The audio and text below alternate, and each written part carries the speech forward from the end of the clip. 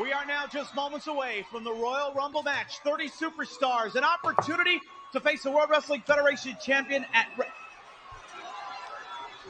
Finally, The Rock has come back to New Orleans. The Royal Rumble 2001, the biggest Royal Rumble in history. All shapes, all sizes, all colors. It's so fitting that we're right here in New Orleans because the Royal Rumble 2001 is like one big pot of jambalaya. All shapes, all sizes, from Crash to Rikishi, Kane to The Undertaker. And speaking of Kane and The Undertaker, everybody wants to ask the question, are Kane and The Undertaker together? Are Kane and The Undertaker together?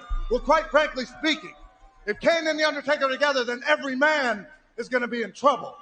But The Rock is sick and tired of asking that question, answering that question. Is Kane together with The Undertaker? Is The Undertaker together with Kane? Kane wants to buy The Undertaker a box of chocolates. The Undertaker wants to tickle Kane's big red nipple. Who cares what they want to do? Because the fact of the matter is this, The Undertaker and Kane, they're going to be together tonight, all right? Together, getting both their monkey asses kicked right over the top rope.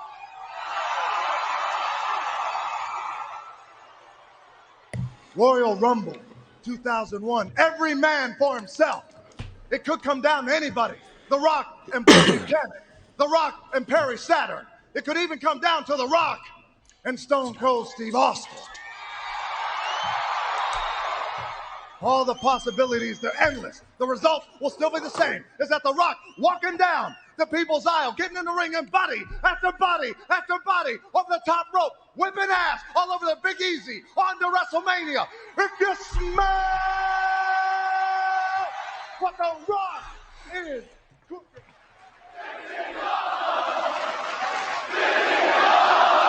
This is Levi Cooper, and you're listening to Sit Down Marks with DB, Primo, and AJ.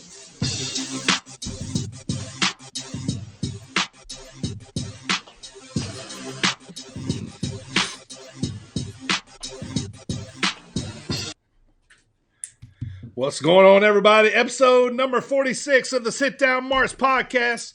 What's going on, guys? How's everybody doing on this glorious, glorious Wednesday? What's going on, Champ? AJ, what's going on, Champ? Kurt wants to say hello first and foremost, to Primo especially. Hi, Primo. I'm so happy here. I think I'll stay for another 5 months. 5 months? Wow. You could be coming back home, in 3 weeks. Not possible. 2 weeks. Just over 2 weeks. I mean, generally, my pick's not going to be the person who got jobbed the fuck out to Omos. So, chances are with me. Yeah, we're going to be going over that later. Who are our Royal Rumble picks? We're going over that later today. This show's so big, we brought in a guest. We're going to you guys all know him. I mean, he is absolutely the reigning, defending, undisputed champion of the Harris Brothers Punjabi Prison match. It's true. Welcome back, Michael. I actually prefer to be booed, if you don't mind. Oh. Yes. Yes. There it is. It gives me power. Give him the heat. Michael's back. What's going on, Michael? Welcome back, brother. Good to see you. Well, thank you. It's good to see you guys again.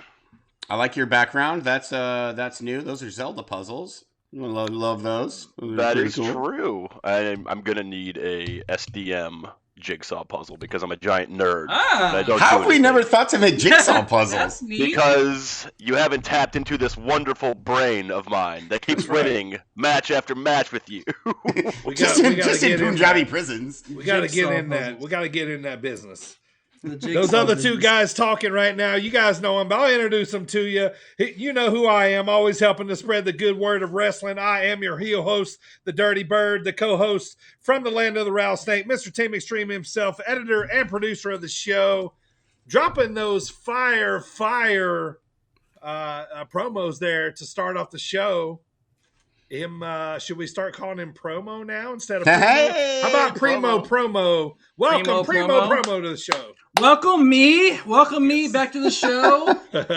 Thank you for that generous introduction. Yay! You're welcome. And I'm pretty excited. Let's get this thing rolling. Yeah, let's do it. Also, co-host of the show, the babyface straight out of your mama's kitchen, driver of the Griff Wagon, assistant editor and producer of the show, the reigning and always losing the Punjabi Harris Brothers prison match. That sounded better. Harris Brothers prison match. That sounded a little better right there. Welcome, AJ. What's going on, brother? Welcome. County jail prison match or something. The Harris County prison match. Harris County prison match. There was a Harris Brothers in wrestling, wasn't there? Yeah. There was. One was tiny, one was big. One had I a beard. thought they had like a motorcycle gimmick. Didn't they have like bald heads, motorcycle gimmick? I mean, you're describing our family completely right Are you ready? Except for the motorcycle part. I mean, like even Turkey Grandma. Oh man. Yeah. Are you related to Husky Harris? Husky Harris. I wish. Well, I might be right now, Husky Harris. I'm after the holidays. I've really let myself go, Primo. It's actually Michael's like it's actually me. Yeah, it's actually me. Husky. Yeah. Let me thank the sponsors of this. Or wealth. Sit Down Marks episode today. I want to thank Jet Designs. Check out Jet Designs on Facebook if you need a custom diecast car made for yourself, your friend, your fantasy league, your organization, your company, anybody. Check out on Facebook, Jet Designs, and get your build started. And we also want to thank Coastland Apparel. Coastland Design. They've always hooking us up with those great threads and hats along the way. So go check out them. Actually, go use that link right on our Twitter page at Sit Down Marks, and we can get a little discount there when you use that link. So go check it out there. And we also want to thank everybody listening right now on Apple Podcasts, Spotify, iHeartRadio, and many, many more. Or if you're listening right now on SportsWire Online Radio, it must be Friday. So that means it's the 6:15 show right before the Thomas Bryce show and throughout the week. If you like the pod, please tell a friend, leave us a great 5-star review on whatever platform you listen from. Well, boys, man, this is coming fast, man. Today we sit 17 days from the Royal Rumble. The talk has begun. The card is starting to be put together. You know, Michael, what's your plans for the Rumble, man? What are you going to do? I'm going to sit on the couch and watch it and just eat. Get Husky. Stop. I mean, so you'll be maintain Husky Harris. You'll be expand on my Huskitude to be just Tubby Harris. So you'll be Huskier Harris. The Huskitude. That's right. That's what my pants say. So I have to live up to the expectations. Size Huskitude. Is that like Matitude? Huskitude. Yeah, that's what it says. It's like Matitude. It's only V1. All right. Well, I got a fun pop of the pod today here for you, boys. I mean, there's a guy in wrestling right now that's really hot, and a lot of times, when he's going to the ring right now, you're probably not even listening to his entrance music because you're so enamored with what this kid is doing right now. Well, I tell you what, man, there is no two bigger words in AEW wrestling than Austin these two Gunn. right here. Send Hook! How dope is that song, man? That is very Wu-Tang Clan sounding a little bit. Yeah. Good stuff, man. I like that. Yeah, I like that, man. That's a nice. I haven't really got to listen to it, and then now that I was checking it out for the pod, kind of been jamming to it a little bit over the weekend, man. It's got a nice little groove. As Dirty and the kids say, it's a banger. No one says that. No one. Except for Dirty and the Who kids. says such things? Are there mash with the bangers? I say it because they say it. Bangers and mash. Bangers and mash. Yeah, that's the kind of bangers we know of. AJ, this day in wrestling history and birthdays, man. What's going on? This day in wrestling history and birthdays, that is January 12th for you marks out. I can't do it as good as you, Primo. It's January 12th for all you marks out there. Thank you. First up in 1960. Whose game is it? AJ's game, baby. Woo! 184 days as your reigning defending. Awesome. Sit down, Awesome. Marks.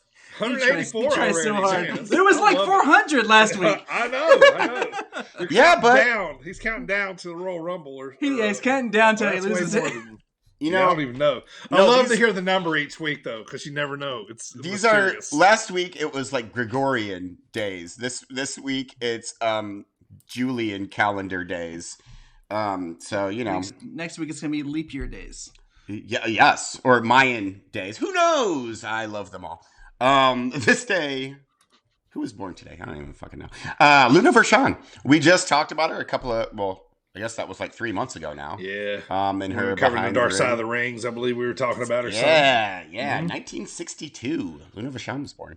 Up next in 1968 in Suffolk. Is that in Virginia? I don't know geography. Suffolk. yeah. Big Dick Dudley, born in 1968 this day. And then up next, one of my favorites of all time, one of the Killer Bees, B. Brian Blair, born this in 1957. Yes. And then lastly, we have Chrissy Vane, born in 1981.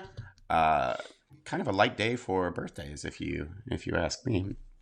So, super fast story. I'll tell as quick as possible. I got pulled over by a cop probably not long ago, and I wasn't doing anything bad, just speeding a little bit. But when the cop came to the not doing anything bad, just speaking a little bit. Yeah, Sorry, just recklessly driving and running over grandma. We're just breaking I was also breaking the a little law. breaking the law. I wasn't doing anything illegal, just breaking the law. I told my wife this too, as the cop is taking my insurance and license back to the car. His tag on his name was B. Blair, Yes. and the whole time, as soon as I see that, I'm thinking, wrestling is everywhere. Yes. To me. Wrestling Actually, is everywhere. it probably was B. Brian Blair. It might have been. His Might have career been. kind of petered out, and he probably had to get like a day job or something like that. Who was the Believe other it, killer? Beatered out. Thank you. Yeah, good question. I always think that too. Who was Give me your the trophy. I can't remember. Is it Jumping Jim Brunzell? Yes, Jim Brunzell and B. Brian B. Blair Brian were Blair. the killer bees. They dressed like bees in the ring. That's my best guess. But Amazing. So those are birthdays, and then today in wrestling history, they were way ahead of their time. They were doing Blind Melon. Remember that in the video? They were dressed Oh like yeah, because B2. they're awesome. Amazing. It's the only B reference I got. Oh, there'll be plenty more. So in this day in wrestling history, for Dirty while he was walking to school uphill both ways. Oh, in man. 1930, actually, you'd moved on to university by this point in Take me 1938. back. Take me back here. We have George Peep defeating Billy Spendlove for the Montana State middleweight title Oh, in Great Billy Falls, Spendlove. Montana. Man, I was such a spin love mark back then, man. I know.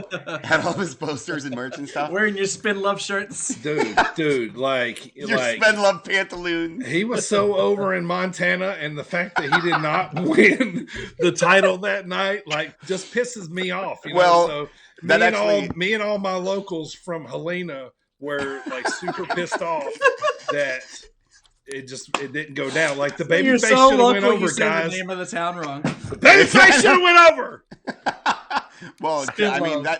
that did end Spendlove's second reign as the Montana State middleweight title holder. Not even the heavyweight, middleweight. But then a year later, the Great Mephisto defeats Billy Widener to win the Midwest Wrestling Association World Light Heavyweight title in Columbus, Ohio, beginning his third reign and ending Widener's third. So, send you back a little bit there, Dirty. Just you little nostalgia. You brought up some bad memories, man. I'm still not over it.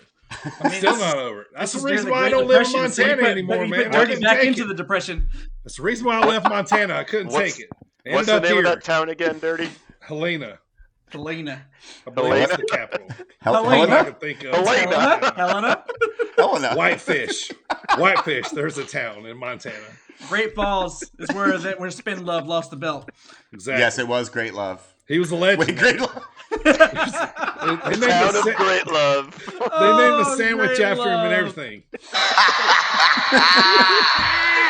It was a Mormon town there in Yes. Great Love, Montana. He had a sandwich named after him and everything. What else happened today? 1999. It doesn't China- matter. That's all. It doesn't matter. Well, I mean, in 1999, China defeated Vince McMahon in an arm wrestling contest. Sure, why not? That was on.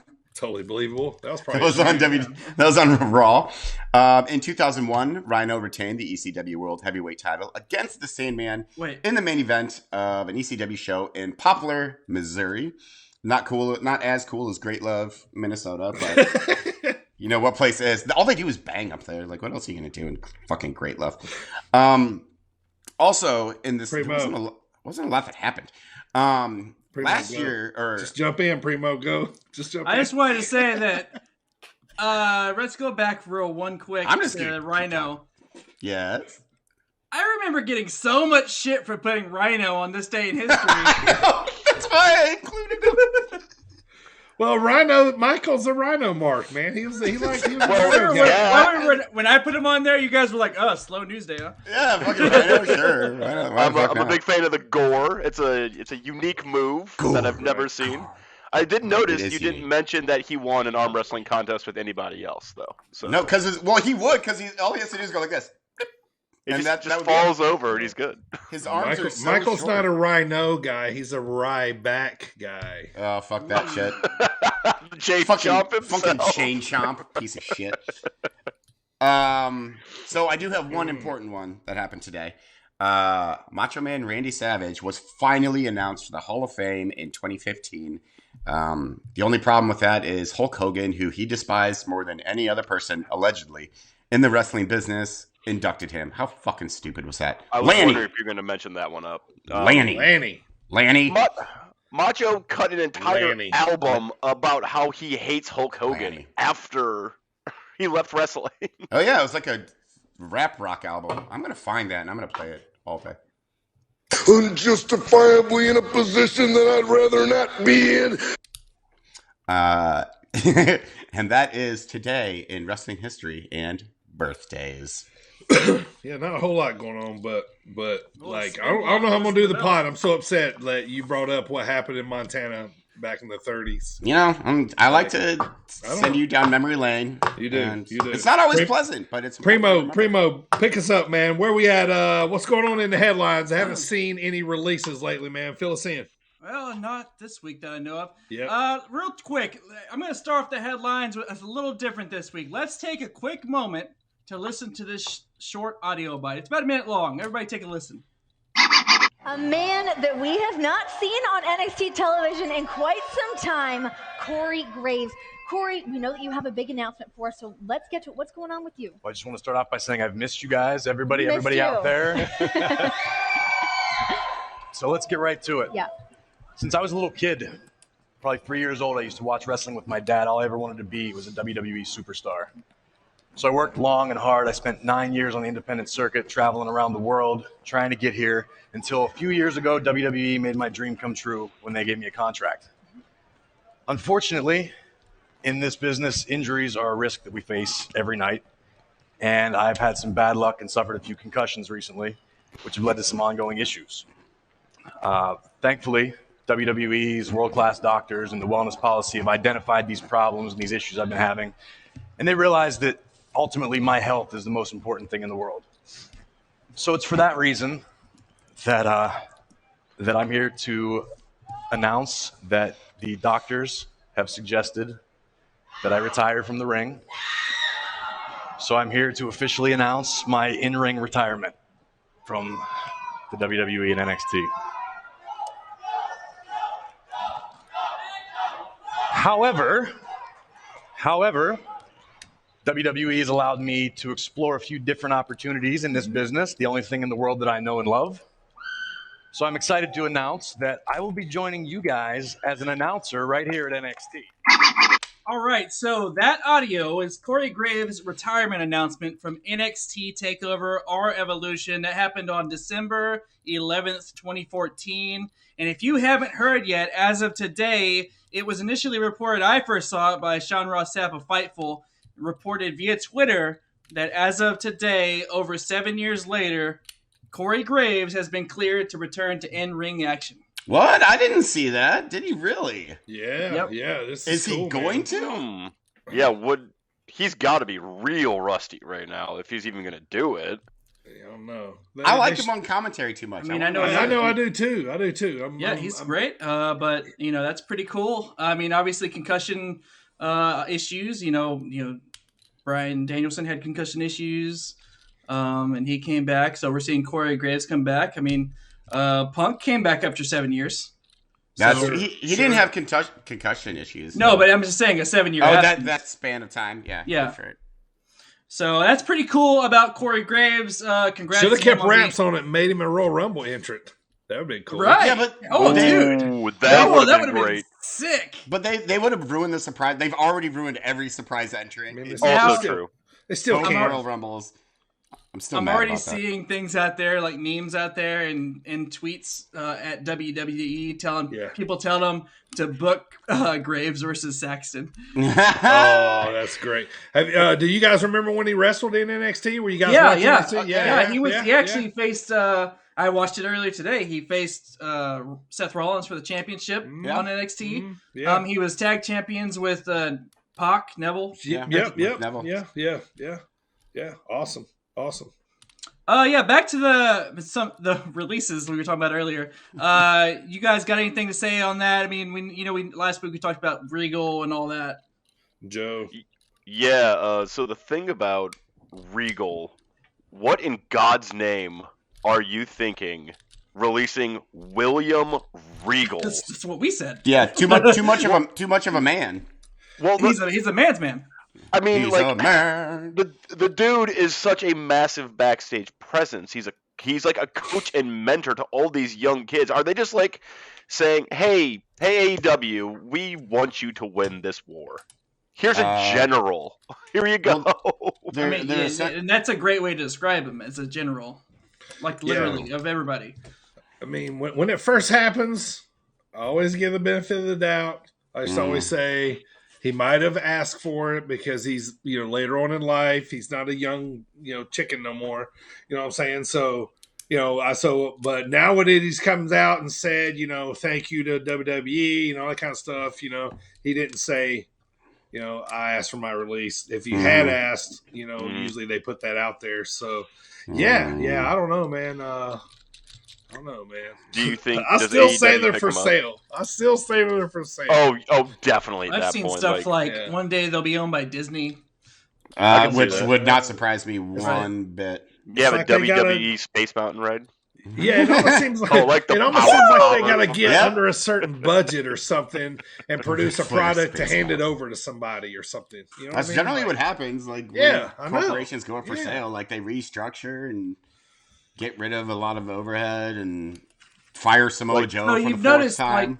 Oh my god! That all of these releases are from the Triple H era. Yeah, they're Triple H. Triple H guys. Triple H guys. Well, here's another question for you. Can you imagine AEW picking up even further steam by having Regal as the booker, or just helping Tony Khan with the booking of the whole thing? Like, I can see William Regal going to AEW. Just as a backstage presence. Mm-hmm. Oh yeah, I can see that, and I applaud it if it does happen. Same here. Or he's too much of a mind to just be. Oh no, I totally agree. Let me play devil's advocate here, though. We like AEW because it's so different. Do we want that many WWE minds in quotation marks coming over? And then we might start seeing a little bit of the same product. Although he's not a writer. No, he's not. I can also say this, that Regal is an old school guy, right? Sure, he's like Fit Finley, old, like he actually like worked like carnivals and could stretch anyone. Definitely, yeah. So in terms of like, I don't think he'd do writing. I think he'd just book things that like made sense and help like lay out matches. Like, I don't think he'd do any of that sports entertainment bullshit that WWE does. And honestly, AEW's getting a little sports entertainment-y for my liking at the moment. They need to back that up because if, like you just said, they're different product, and they need to get away from that crap. So having like an old school guy come in like that knows everybody, knows everyone's strengths, weaknesses, and is a good coach, that's a huge acquisition. Yeah, because I'll say this in comparison, and we'll move on. And anybody knows listen to this podcast, like, I love Adam Cole. I like Red Dragon. I don't want to see Undisputed Era coming over to AEW. Like, I want to see different stuff. You know what I mean? Oh yeah, I agree with you when we talked about that. It's just kind of something I'm talking about. And if we're going to do it, let's do it for a small amount. Then let's break it up. And but that's just my personal preference. Will I still watch all three of them in a match? Absolutely. You know what I mean? But that's just my personal. You know what I'm saying? But I mean, the main topic. I mean, Regal is like, he is, in the world of wrestling, he's in the higher class of being up there. You know what I mean? Because everybody thinks that way of him in this sport. And I mean, if they hired him, it would be huge. It would be a big pickup for anybody. So, especially the Great Love, Minnesota, fucking wrestling promotion, wherever that is, Montana. There we go, Montana. Yes. Montana. Yeah. So per SES on top. Per SES Scoops, Jeff Jarrett says he believes there is still room for more promotions. He is quoted as saying, "From a business point of view, not only do I think there's room for promotion number 3, I think there's actually room for number 4 and 5 and so on, as far as like major promotions go." He's just saying that because he wants to start another one and sell gold through it. Yes. Did Jeff Jarrett forget he started Impact Wrestling? He did TNA and they did Global Force Wrestling. Global Force, and then they combined, and then there were belt stickers, and then he sold gold. Did he forget that? He's involved with Game Changer right now, GCW. Yeah, he's showing up on there, popping guitars. He's wrestling Effie probably at some point, I think. So I think it was funny. Effie said something like, Effie, big independent, huge independent wrestler right now. He said, "I'm not putting over the camp counselor shoot, I can't remember. It was so hilarious. He was talking about Jeff Jarrett. Anyway, but speaking of hilarious, I don't mean to cut you off, but no. Hulk Hogan is under fire. I saw that. You don't say. A deleted Facebook comment claiming that recent celebrity deaths, like Betty White, were caused by the COVID vaccine. For fuck's sake. He posted it and then quickly deleted it. Of course, it's the internet. It's there forever now. Yeah. And so now he's under fire for this type of situation. Good. You realize, regardless of what your beliefs are, like, there's a way to say things if you're a public figure where you don't sound like an idiot. That is certainly not it. Right. Correct. Well, I mean, Primo, he's just been so busy playing for Metallica to keep up with the news, okay? Playing for Metallica. He's got, offers from the Reds still coming in, and he's got all of his base he's got to play. What do you want from the man? I just see him, with the space background. I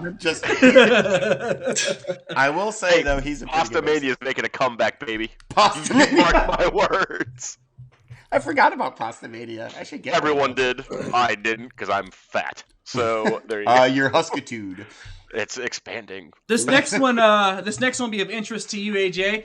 During Rick Boog's interview with Fightful, he talked about Shinsuke Nakamura's injury, saying that he suffered a hand injury that's kept him out of action for what seems like at this point about 2 months, which is why we still haven't seen the Sammy versus Shinsuke IC title match. Oh no, I didn't know he was injured. I don't like this. Poor Shinsuke, my boy Shinsuke. Why can't just let him, if he gets injured, just let him keep that belt. Bring a new one back.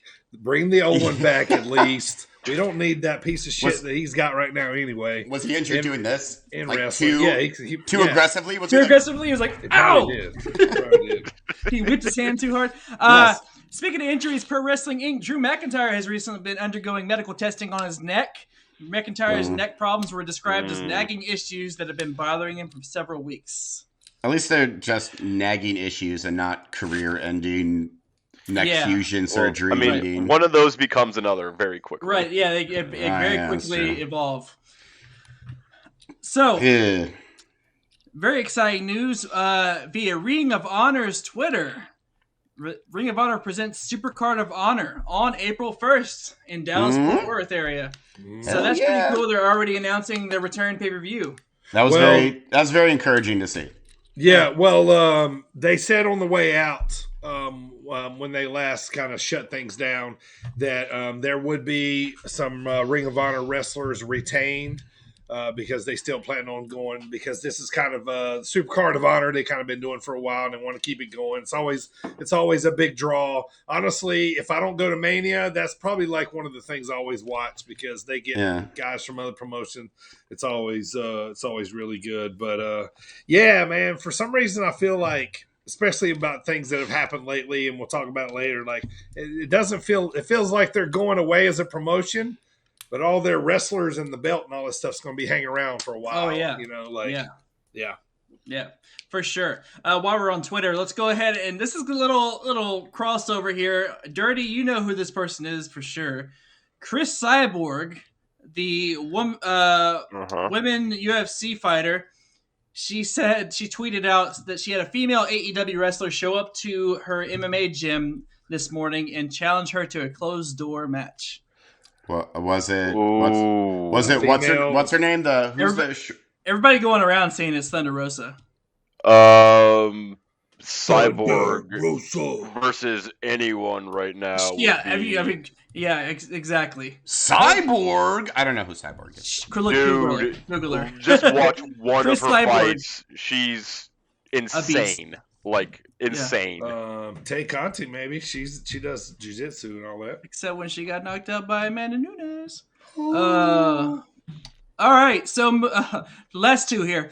Tony Schiavone revealed on his What Happened When podcast that he has extended his contract to AEW out to 2024. So he's not going anywhere for a couple years now. Nice. And lastly, MLW has filed a lawsuit against the WWE. MLW's announcement on the lawsuit include the following allegations, noting that WWE has pressured third parties to abandon contracts and prospective relationships with MLW, including a major streaming deal. It's also alleged in early 2001, a then WWE executive warned Vice TV, which is where MLW currently has their programming, that WWE chairman and CEO Vince McMahon was pissed that Vice was airing MLW programming and that Vice should stop working with the promotion. Oh, shut the fuck up, WWE. Do you think Vince McMahon remembers that conversation? No, probably not at all. He's like, MLW? What is that? Let me go back real quick. Like I said before that, they renewed Schiavone. So are you guys in agreement that the voices of AEW are Schiavone and Excalibur, with Jim Ross there when he's available, but basically, they're a 3-man team, but those are the kind of two base guys, right? I would almost. Me too.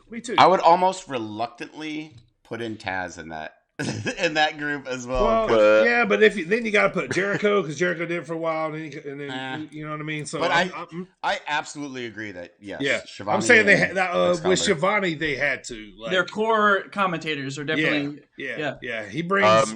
You're forgetting Schiavone Mark brings Henry. A lot of eyes. What's that? You're forgetting Mark Henry. Shut your mouth. Schiavone brings a lot of old school eyes to that product, man. Like, y'all wouldn't believe, like if we were still watching, if my dad was still alive today watching wrestling, if he knew nothing else about AEW, I could tell him that Tony Schiavone was one of the voices of it, and he would watch it every week just because of Schiavone, because he grew up on, WCW, NWA, all that, man. Like, So good for them. I'm glad he still wants to do it. That's cool too. And you said through 2024, so awesome. Yeah, more a years, couple at years least. now. So yeah, nice. By the way, I didn't know that there were that many ab muscles in a human body. Oh, you looked up Cyborg? I looked up Chris Cyborg. Yeah. Wow. Jesus. Nice. Yeah. All right. Or in the words of Vince. Wow. That's our headlines for today. All right. What everybody has intentionally, unintentionally been waiting for, the everybody's favorite segment. AJ, what movie did he watch this week? AJ's movie of the week. Or did he? Well, fellas and audience members alike, this week I watched a little movie starring one Billy Gunn and Honky Tonk I knew Man it. I knew it. Adventures of Billy Fishbelly, where Billy Gunn pretends to, or he's not pretend, he's a dead guy. And you're just describing Weekend at Bernie's. The Honky Tonk. That's all you're doing. No, that's just Weekend at Bernie's. Adventures of Billy Fishbelly. Billy Gunn plays Billy Fishbelly, and they pretend that. Does this take place over a weekend, by any chance? Yes, it's called Adventures of the Weekend at Billy Fishbelly. Billy Fish over okay. Okay, no, I didn't watch the movie. I didn't have time. But he's a busy man. He'll bring you another one. He'll bring you another one next week. That being said, I would totally watch The Adventures of Billy Fishbelly. I'm going to start writing that treatment immediately. Well, that's because Billy Gunn's in it, and you're a secret Billy Gunn fan. So and Honky Tonk Man. He plays he plays the nephew. Well, he's the one that pretends. Honky Tonk Man. He's the one that plays the nephew that pretends that Billy Fishbelly isn't actually dead to get his welfare checks or something. I don't know. All right, here we go. Welcome to the show, everybody. Once again, I'm the Dirty Bird. Let's talk about what we're going to talk about today, boys. The weekly recap, of course. We got Brian Danielson, Adam Page 2. We got the Impact Wrestling Hard to Kill reactions. Primo is going to, we're going to play a little game with Primo. He's going to bring his music class back for all three of us to play, so that's going to be fun. We've got an awesome promo school lined up for you. AJ Lee's going to basically cut down the whole Total Divas cast that used to show from the back in 2013.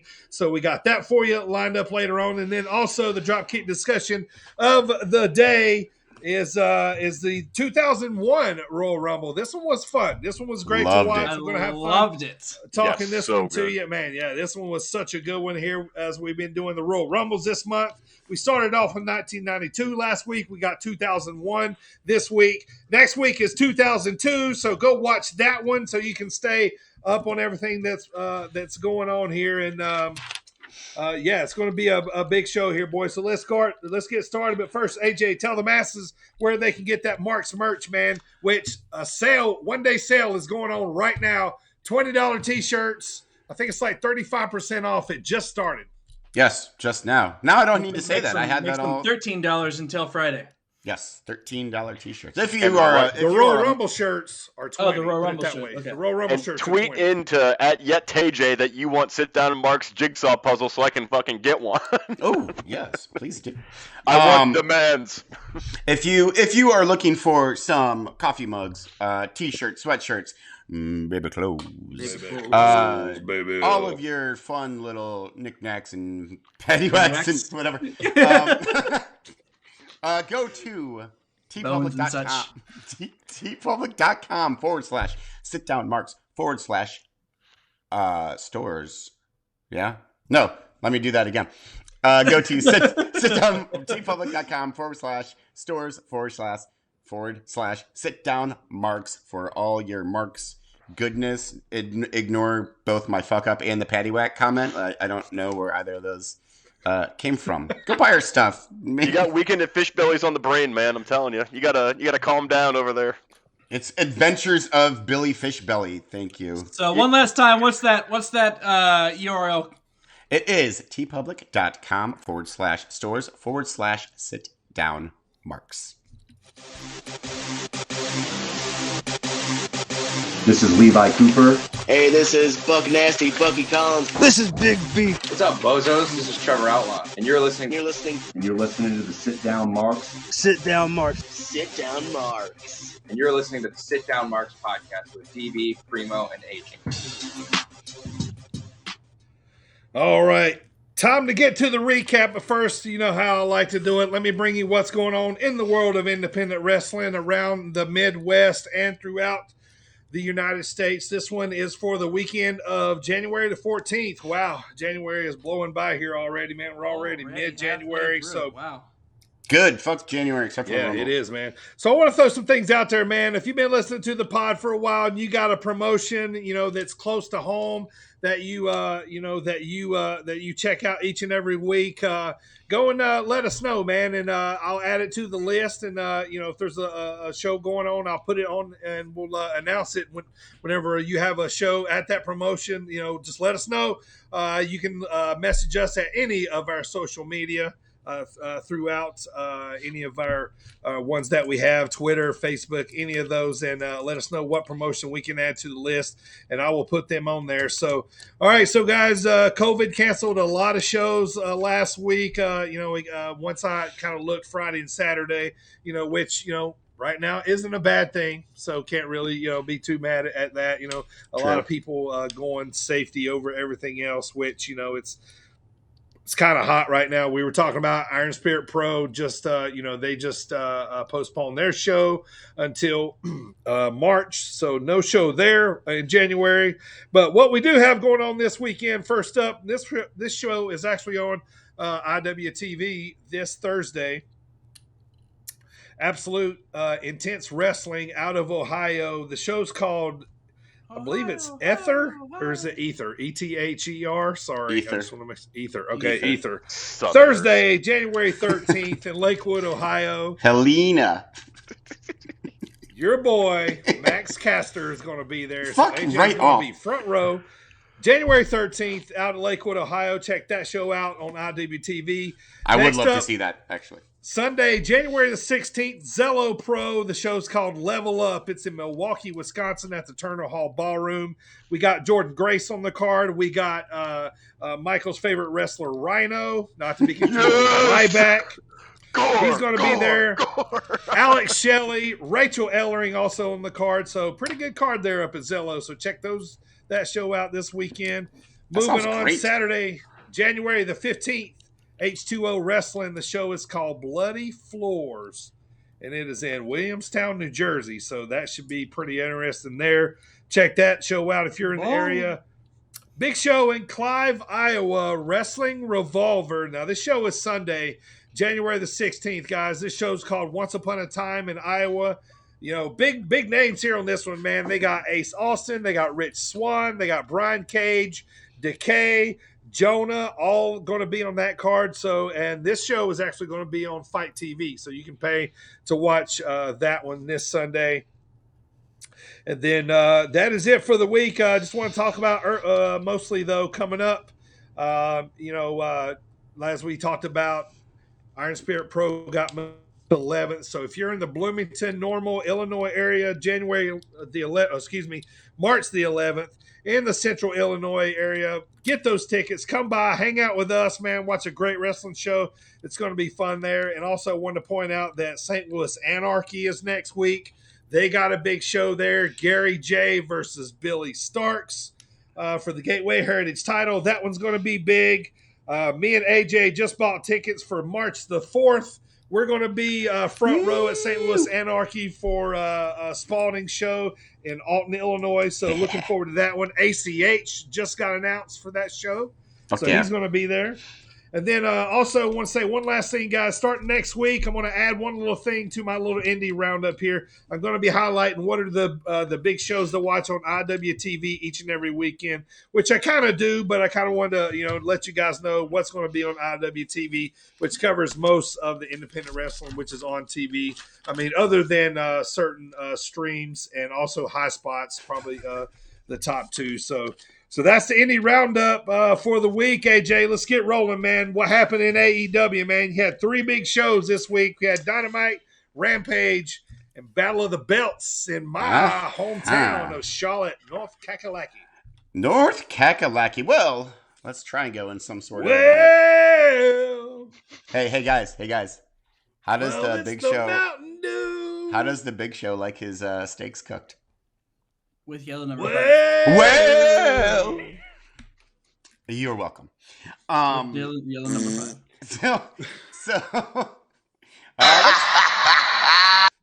Thank you, Seth. Let's start with Dynamite. What happened on Dynamite? Oh, yes, the rematch between Hangman Adam Page and one Bryan Danielson.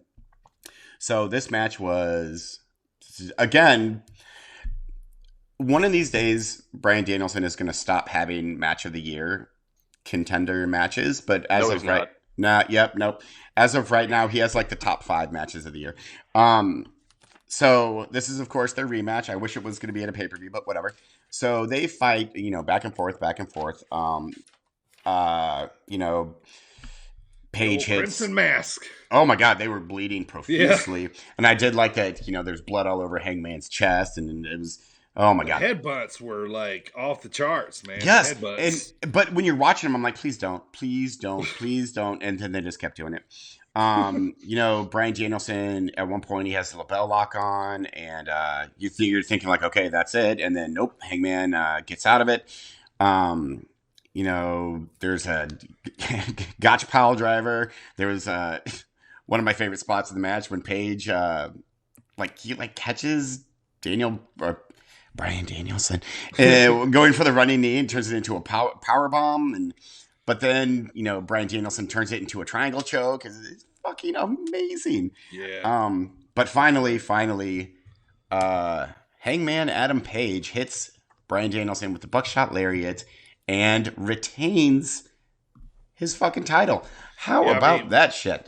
Which Bryan Danielson fucking sold the shit out of that fucking buckshot, did he not? Like that was awesome. I love to see it.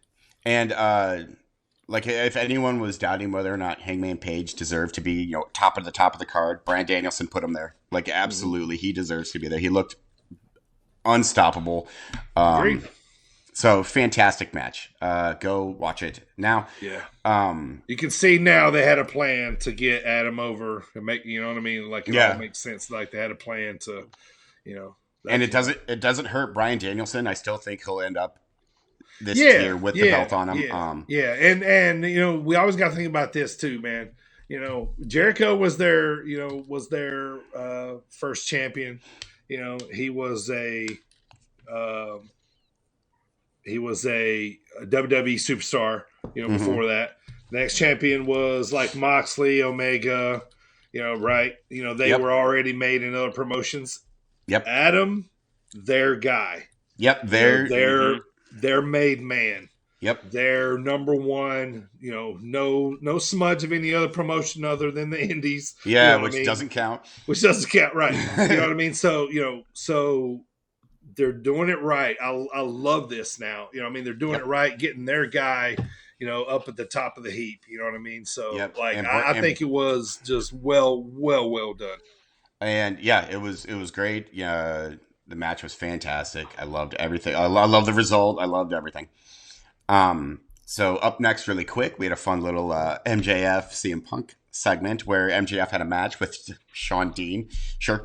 And CM Punk went in, hit the ring, and MJF scurried away. And CM Punk hit the GTS on fucking Sergeant Dean or whatever his name is. Mm-hmm. So MJF loses the match via disqualification. No more undefeated 2022. No more undefeated 2022. He ruins it immediately. And then the promo afterwards it had me laughing because MJF mentions how Punk has never headlined WrestleMania. Then after he said that, he had like the biggest shit-eating grin on his face. Yeah. Which was pretty MJF awesome. said, "I'll just take my ball and go main event WrestleMania." like kind of alluding to he's going to be a free agent sometime soon or something. Well, then I loved how Punk to retort was like, you can go with that other company. It's fine. Go over there, have a bunch of shitty matches, get released, and when you come back, that ass kicking is still going to be waiting for you.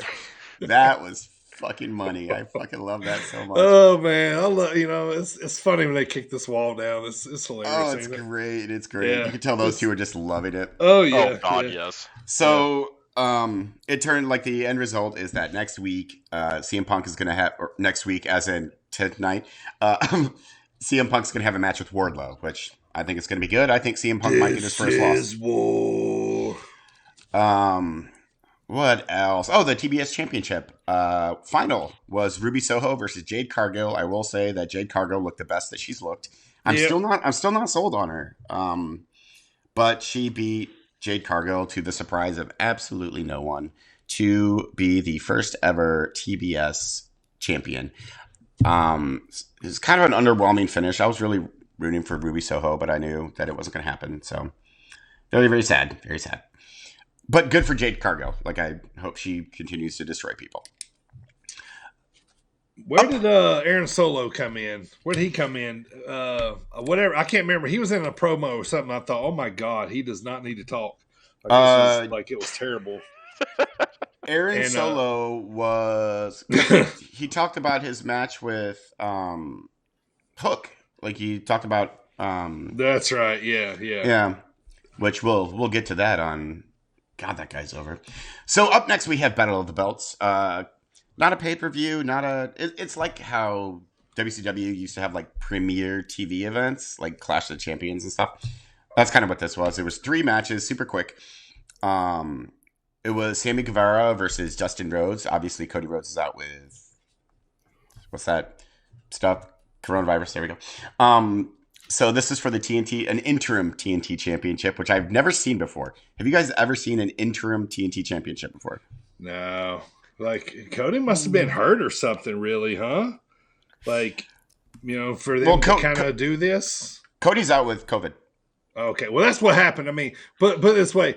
Any other time, they could have just scrapped this off, but they had to do it was a battle of the belts, so all the belts were up that night, right? Mm-hmm. That's 3 what of they them were doing. Yeah. Well, and one of them was not a real belt, but the match was awesome.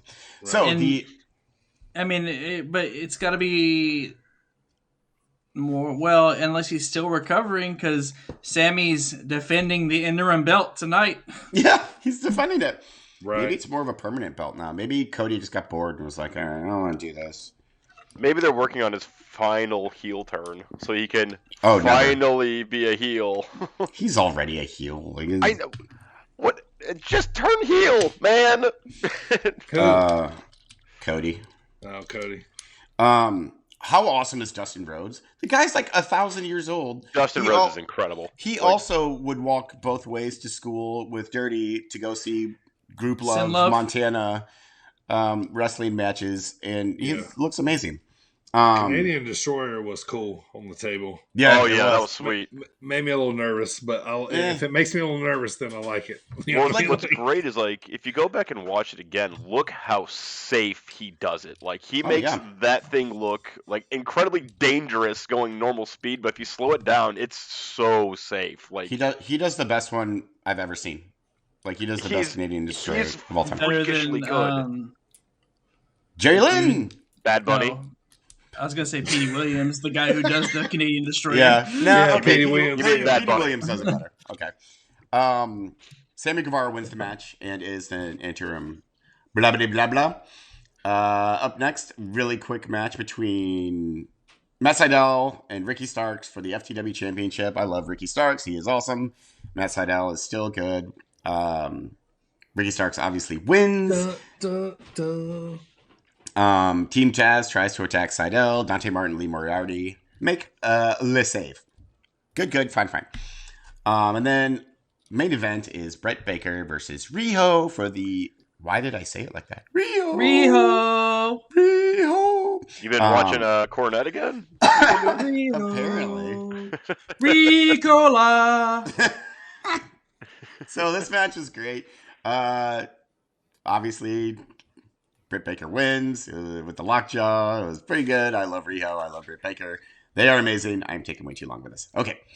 Now we move on to Rampage, which has Jake Ellis versus Adam Cole, which I honestly was kind of bored with it. You know, everyone interferes, everyone shows up at the end, and it's fine. Yeah. And then we have, the main thing I wanted to talk about was one Aaron Solo against Hook. Send Hook! Yes, he is so goddamn fucking over. It is unbelievable. Everybody is talking about him, dude. Everybody. Like, satellite radio, wrestling shows I listen to, podcasts, like, everybody is so intrigued by him. I don't get it. Want to wrestle him?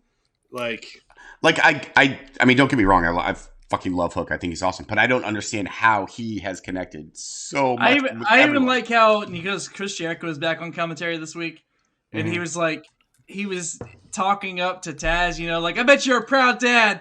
I know.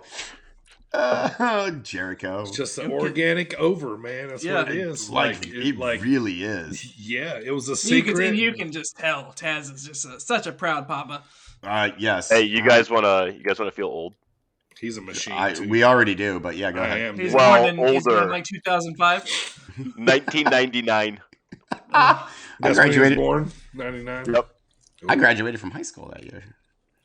I mean, he's a former college lacrosse player, so he's a legit athlete. Oh, lacrosse. Does that count?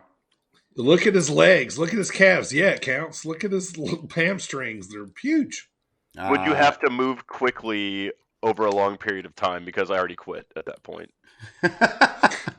Is there any running involved? I quit. I think it's a mix between soccer and throwing shit. That's exactly what it is. Soccer and Quidditch. Can I have a robot do it for me? Soccer no. and Quidditch. I quit then. I'm not doing that. That sounds horrible, and my knees hurt now. Listen to us, a bunch of fucking nerds. They like soccer and Quidditch. My wife would be proud. For those of you at home, I just pushed my glasses up my face. Meh. For those of you, you're all at home probably. What the fuck am I talking about? Back to Rampage. What? Huh? They might be at home. You know, tell them where they there's are. There's a video of you, right? Just read your damn recap. They're listening to you right now. They're like, motherfucker, I'm driving my car. Don't tell me where I gotta be. I'll be where I won't.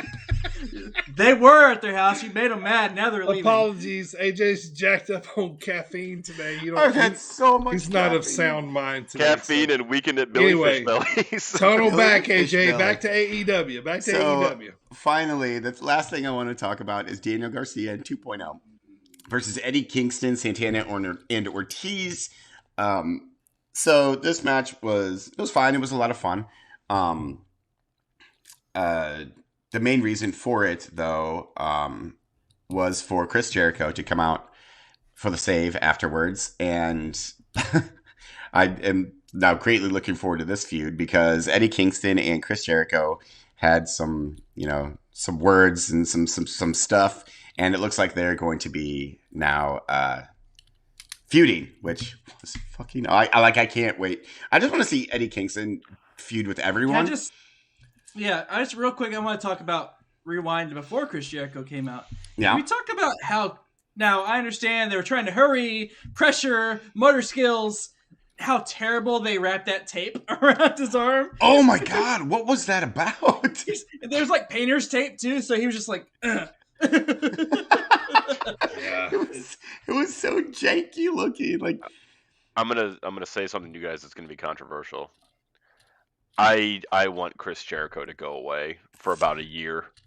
Like I am so sick of seeing Chris Jericho all over AEW trying to work with the young talents. Like, dude, I just go away so we can miss you for a little bit, then come back, and then put someone over, and just stop, man. Well, that's what he's doing right now. He's been gone for what, 2 months? Yeah. 2 months. 2 months. Oh, and I didn't talk about it in the headlines, but the Cruise of Jericho for 2022 has been canceled. Yeah, it got canceled.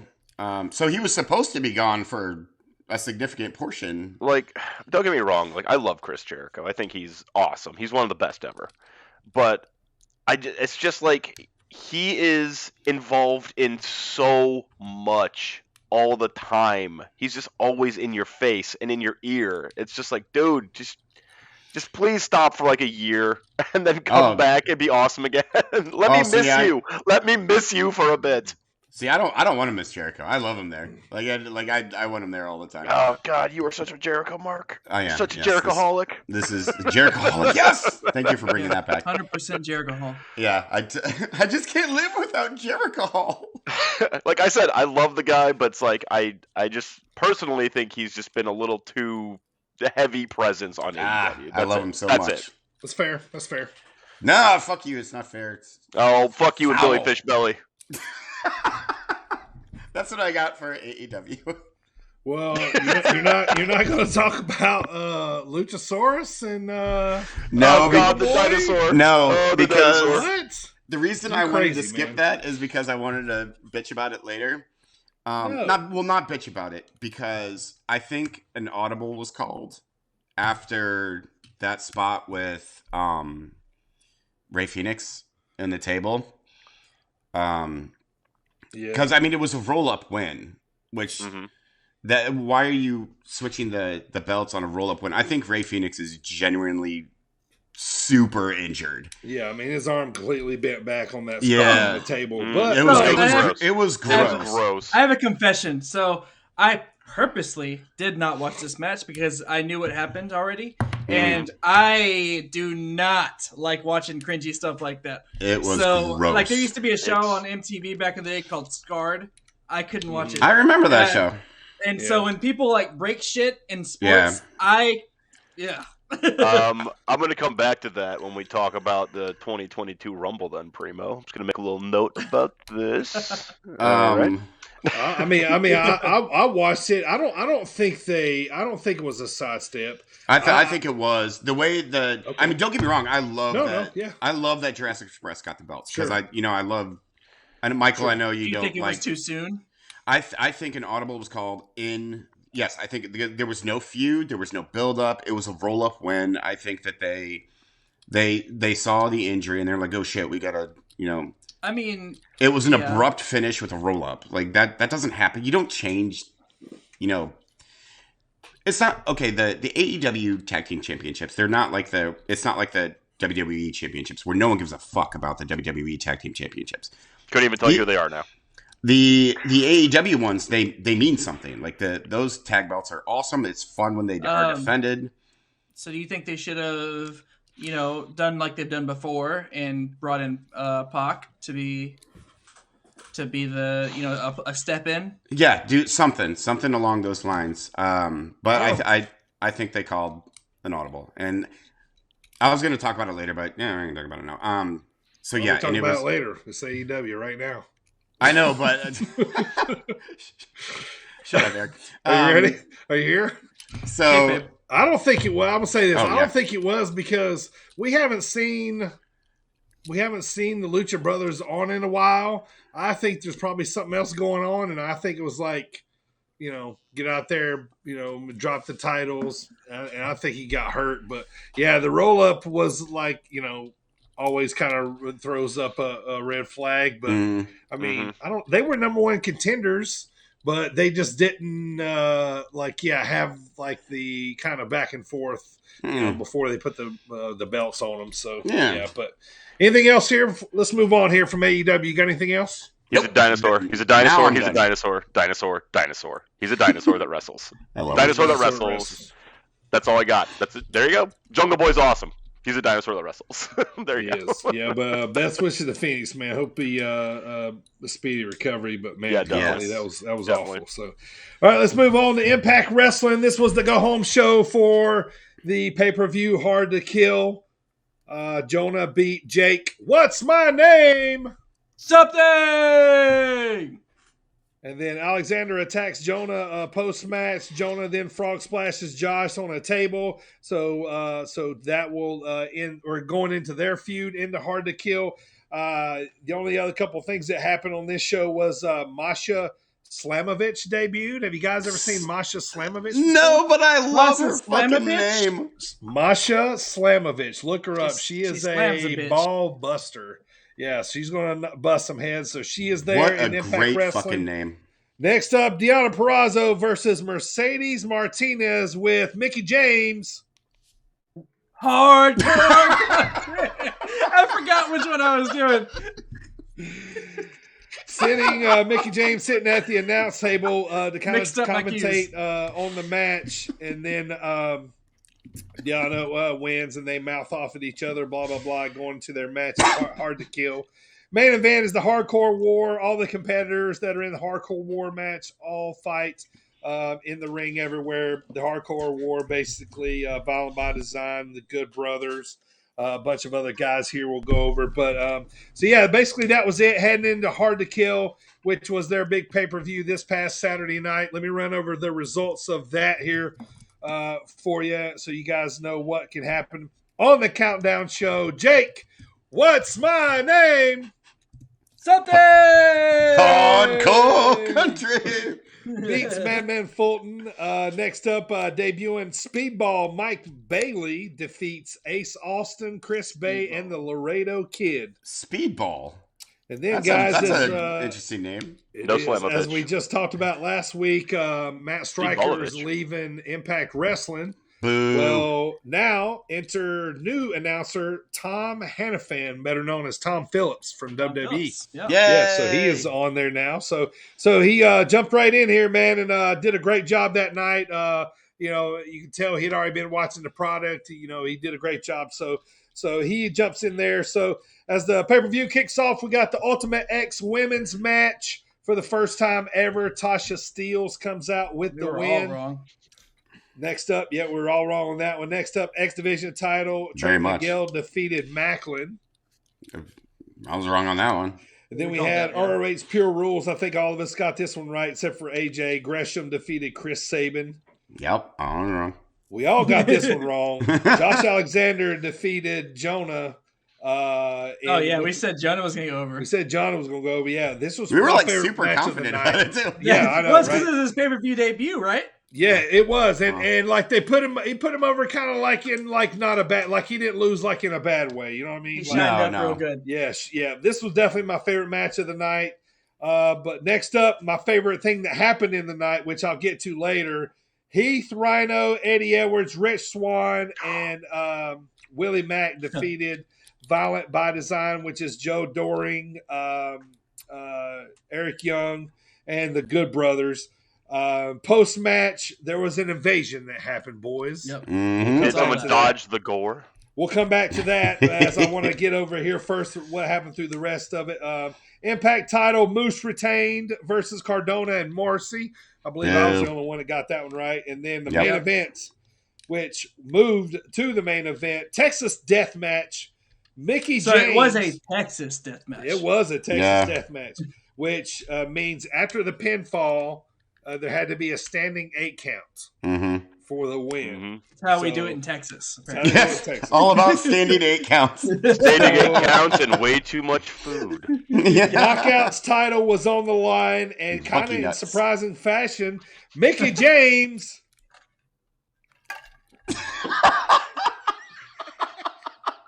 Hardcore Country. Mickey James what? Like I told you to make a sound bite. You don't have to worry about this stuff. This is so much better. Did you just fire Primo? You don't have to worry about this anymore, Primo. Don't worry Mickey about it. James defeats Deonna Purrazzo in a Texas Death Match, and announcing Mickey in a crossover mind-blowing move is going to be an entrant in the Royal Rumble this year, boys, and she's going to be carrying the Impact title with her. How about that? We're going to see that at the Royal Rumble. The I was Forbidden going to ask Door. you, well, because we're going to talk about that in my segment for Smack You Down, but do you think she'll actually carry the title into the Rumble? Yes.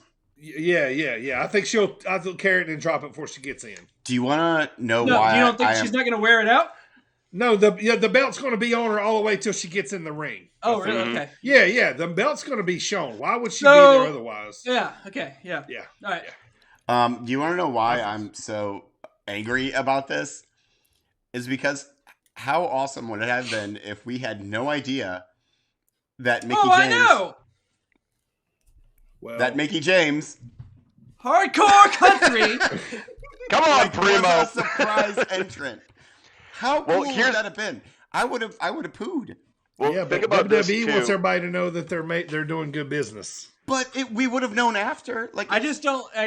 I don't. Well, here's what I will say. We'll get to that in a second. I'll talk more about it, but they have at this point, what 2.5 weeks in advance before the three of us get there.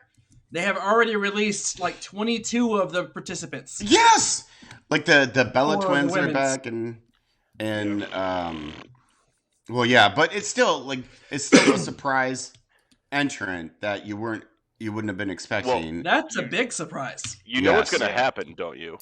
Their champion's going to come in and get jobbed the fuck out. Absolutely. Hard. I think. Well, yeah, Like hard. Like I think hardcore country. I'll debate that. I don't know if she's going to get jobbed out. I think You want to take a bet? I feel like I think she'll. I'll make a bet with you about that. But what are we gonna say is a hardcore job, like getting thrown out as soon as she jumps in the ring, like Within type Taz? shit.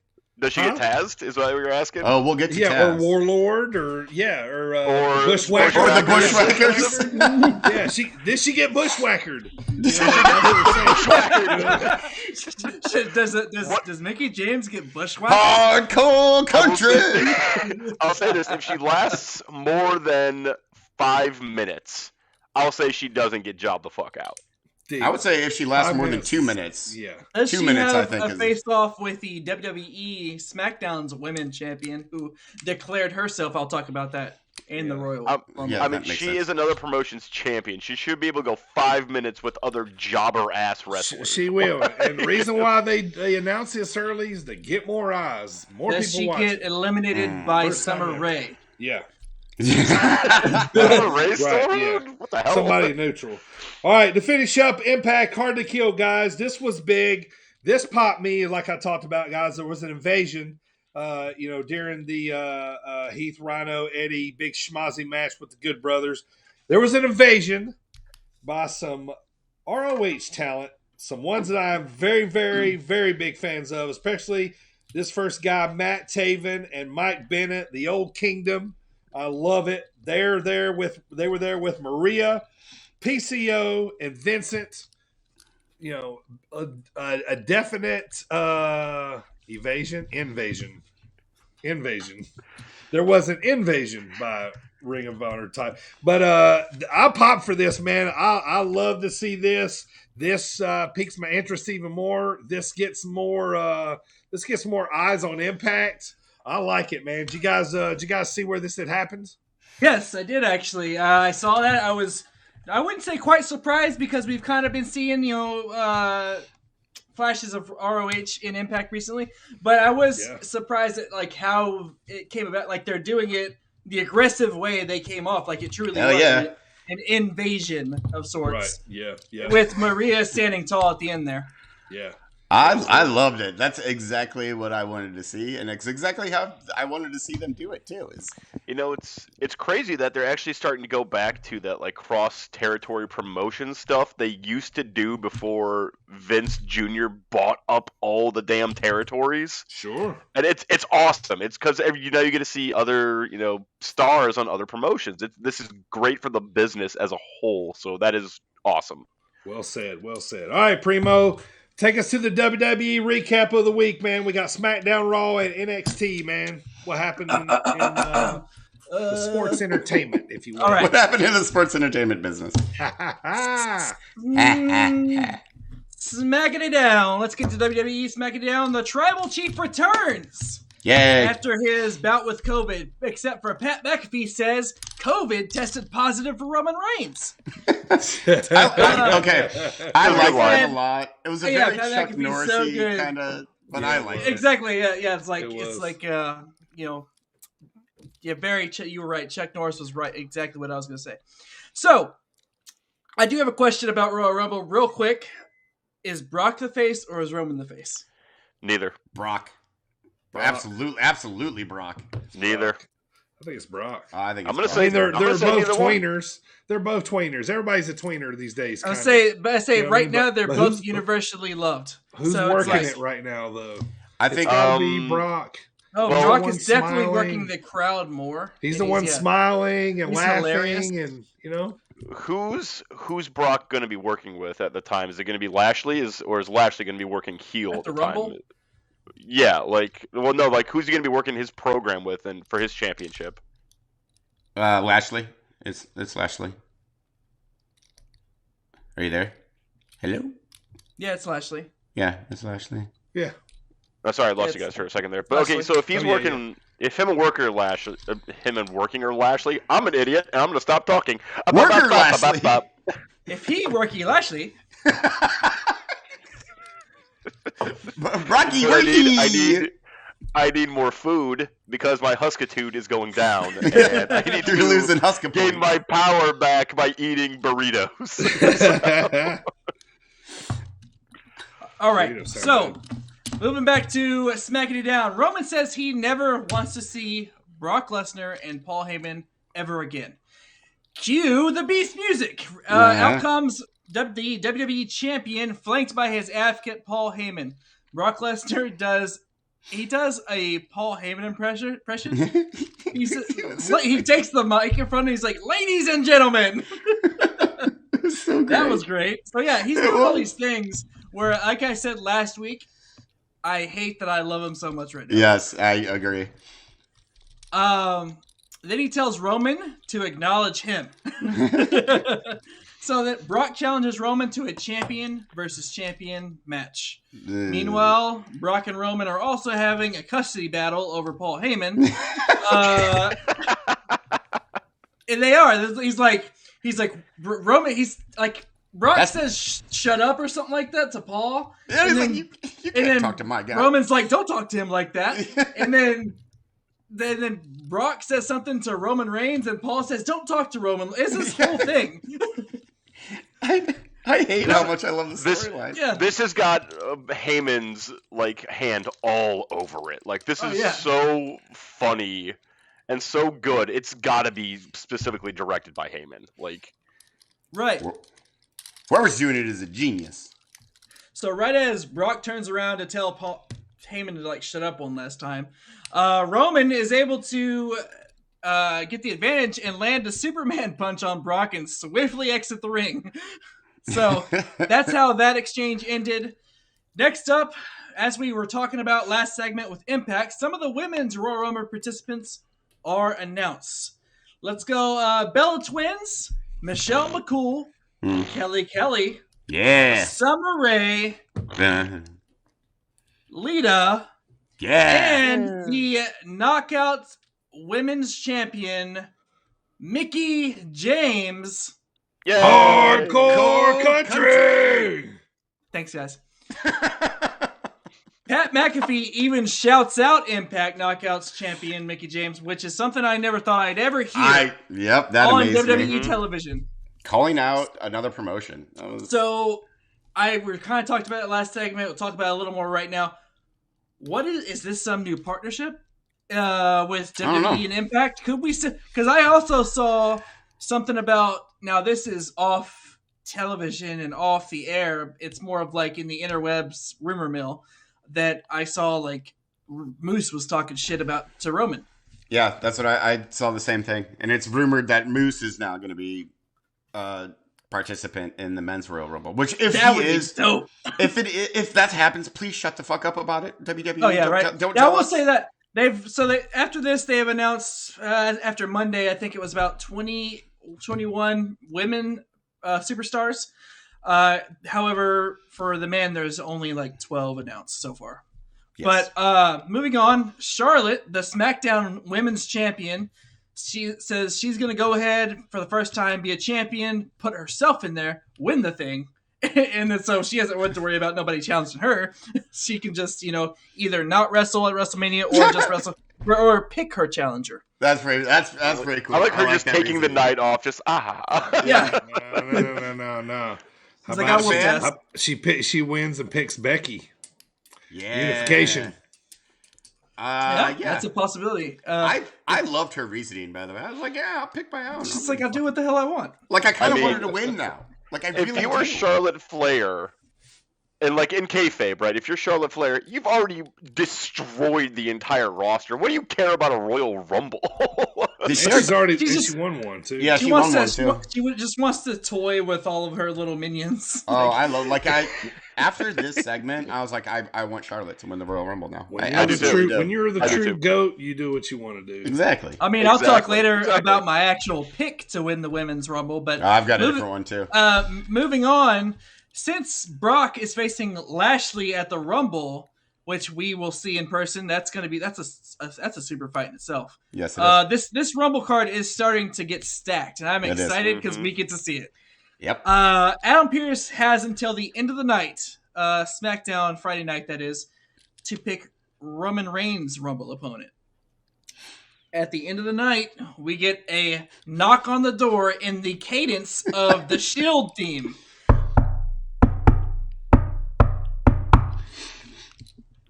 Did y'all actually do that? That was pretty good. I just did. That was excellent. Where else would that have come from?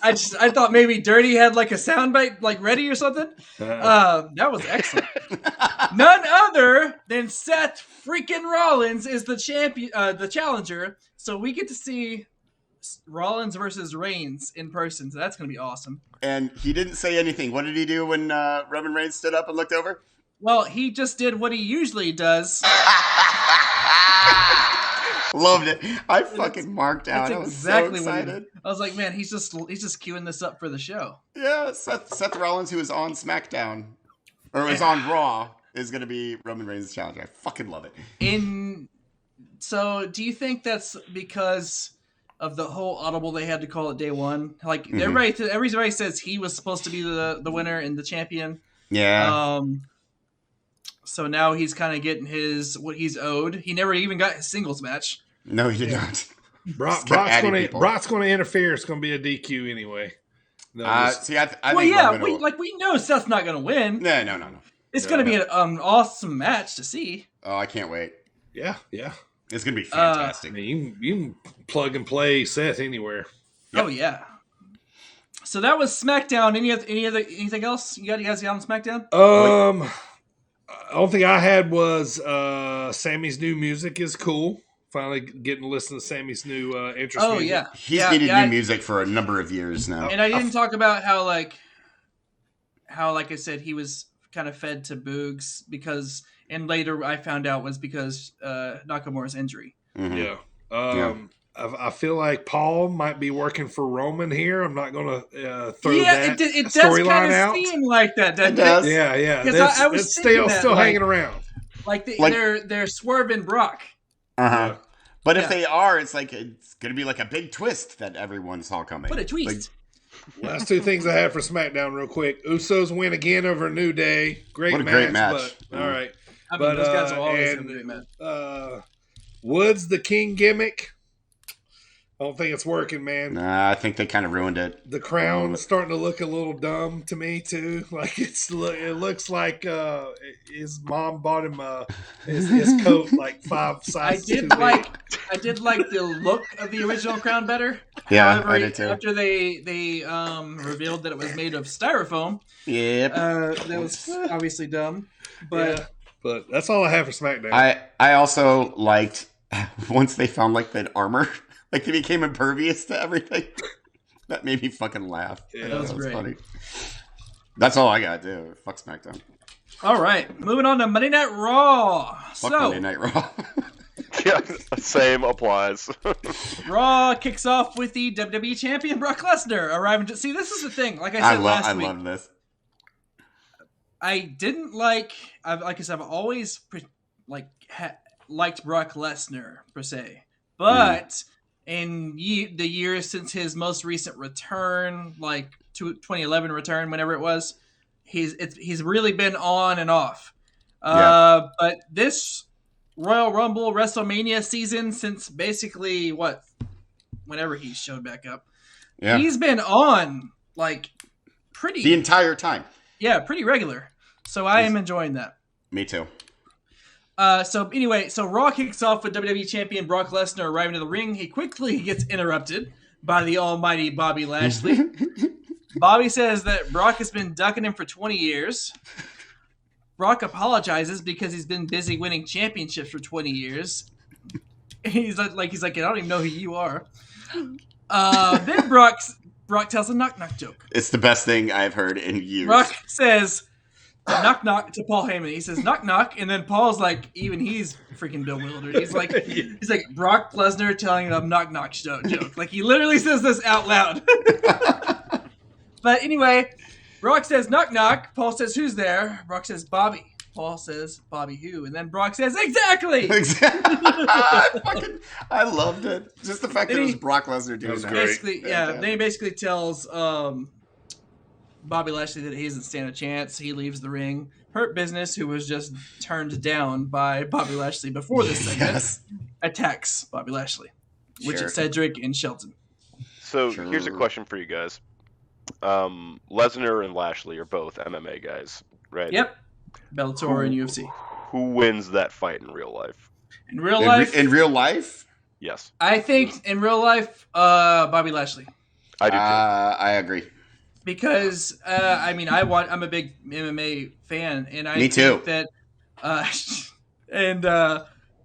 we talking like right now, or are we talking like in their prime? In their primes? I'm talking right now. I mean, Bobby Lashley is still a massive, giant dude. Even pre whatever disease he had, diverticulitis. Diverticulitis. So treated with a barium enema.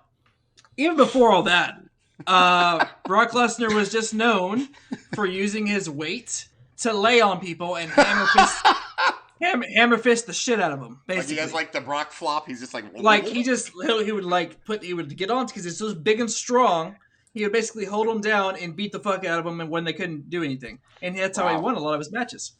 I think technically Bobby Lashley is probably more technically sound, even though Brock Lesnar is an NCAA champion wrestler. Yes. I mean, but Bobby Lashley could probably do better, like keeping him at a distance and like keeping him from doing like a takedown and things like that. Just because, like, like Bobby Lashley could easily go toe for toe with Brock Lesnar in terms of strength. Yeah. Also, Bobby Lashley was training for the Olympics. There you go. The only reason he went to WWE or started wrestling was because he got injured, and he couldn't do Olympic training anymore. Oh no! Give me Brock in a fight like that. Yeah, I'll take Brock. I'll take the experience. He fought tons of people. I mean, don't get me wrong. Yeah. I loved watching him fight. Yeah. I think once basically Cain Velasquez exposed him in UFC, that was it. But anyway, moving on to WWE Monday Night Raw. Alpha Academy. Speaking of Olympian Chad Gable, Alpha Academy beats RK Bro clean and wins the Raw Tag Team titles. Randy took the pin. Yep. I sure did. Which, I love Chad Gable. I do. I think that Chad Gable is wildly underutilized. But I don't like Otis. I don't think Otis deserves anything. Like, I think he's garbage. So I was kind of upset by this loss. You used to love Otis. I don't care at all about RK Bro. Let me. Oh, see, I know. Yeah, you do.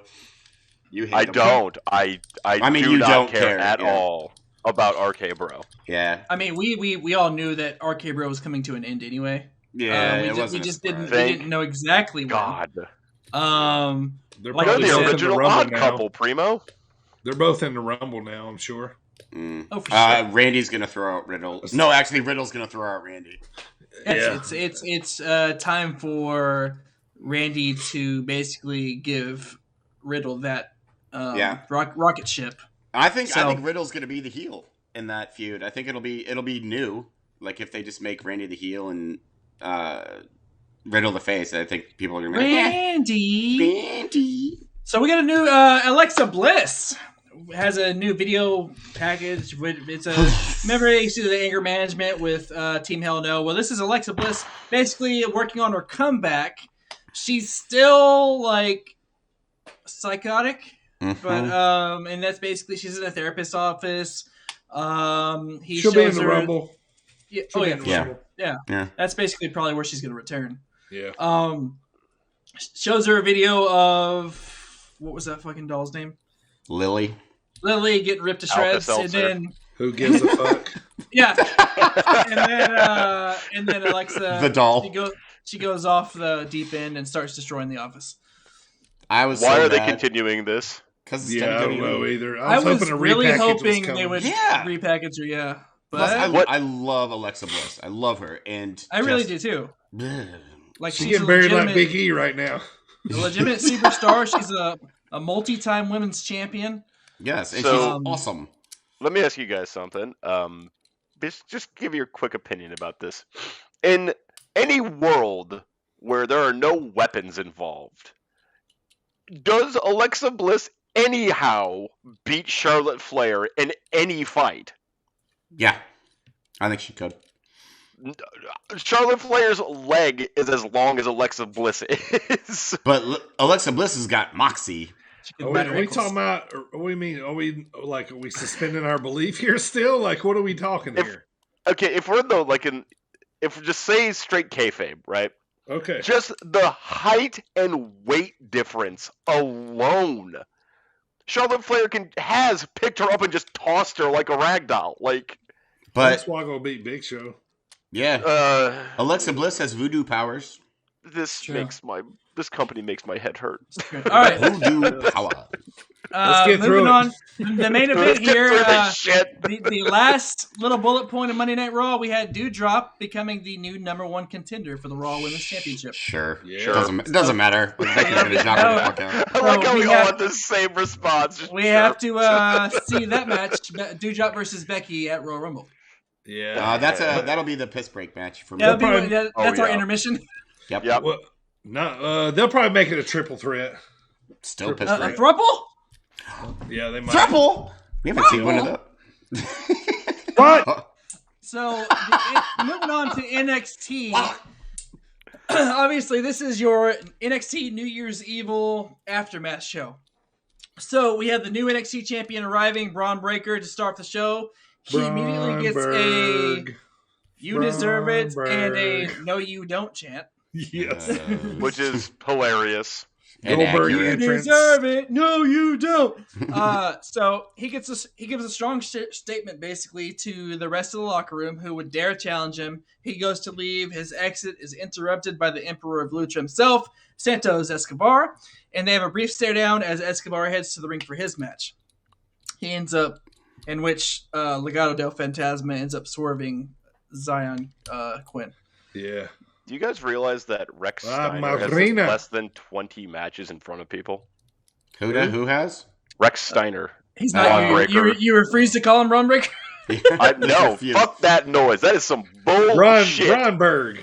Let's see, he looks exactly like Rick Steiner. He moves exactly like Rick Steiner. They dressed him like Rick Steiner. And he talks like Scott. Yeah. And he's Braun got Breaker. There it is. and he's got an entrance like Goldberg, tattoo like Goldberg. Yeah. Came out to NXT last night looking like the 90s with his light-colored blue jeans and tucked-in shirt. Yep, he absolutely did. I mean, Steinberg. The guy's had less than 20 matches in front of people. No, don't get me wrong. I am actually a big fan of Braun Breaker. I like him. He's got everything. Obviously he's got it, as they say, and he's definitely a future star in the company. But as we all agreed, it was too early. But as we all know, they're just fucking burying all the old NXT talent. So Every single one. Yep. That's just the way it's going to be. Who's up next? Getting buried. Tommaso Ciampa again. LA Knight. Oh yeah, LA Knight. Yeah. So moving on, we had speaking of getting buried, old NXT talent, Tony D'Angelo defeated Pete Dunne in. I only put this on here for you, AJ, because it was on a pole match. It was a crowbar on a pole match. On a pole match. Where is Vince Russo? Fucking on a pole matches. Get the fuck out of here. And I just want to talk.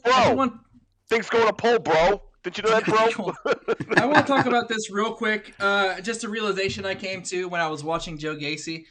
If you watch Joe Gacy's promos and also know his career pre-WWE, then his promos start to come off like obviously sarcastic and semi-bitter. Mm-hmm. Like, for instance, like this last night, he talked about how much it's such an honor that they put him in that match, like that they allowed him to be in this match for the Dusty Invitational qualifying match. And I'm just like, yeah, it's kind of like something I would say, like, well, thanks for letting me do that shit, you know?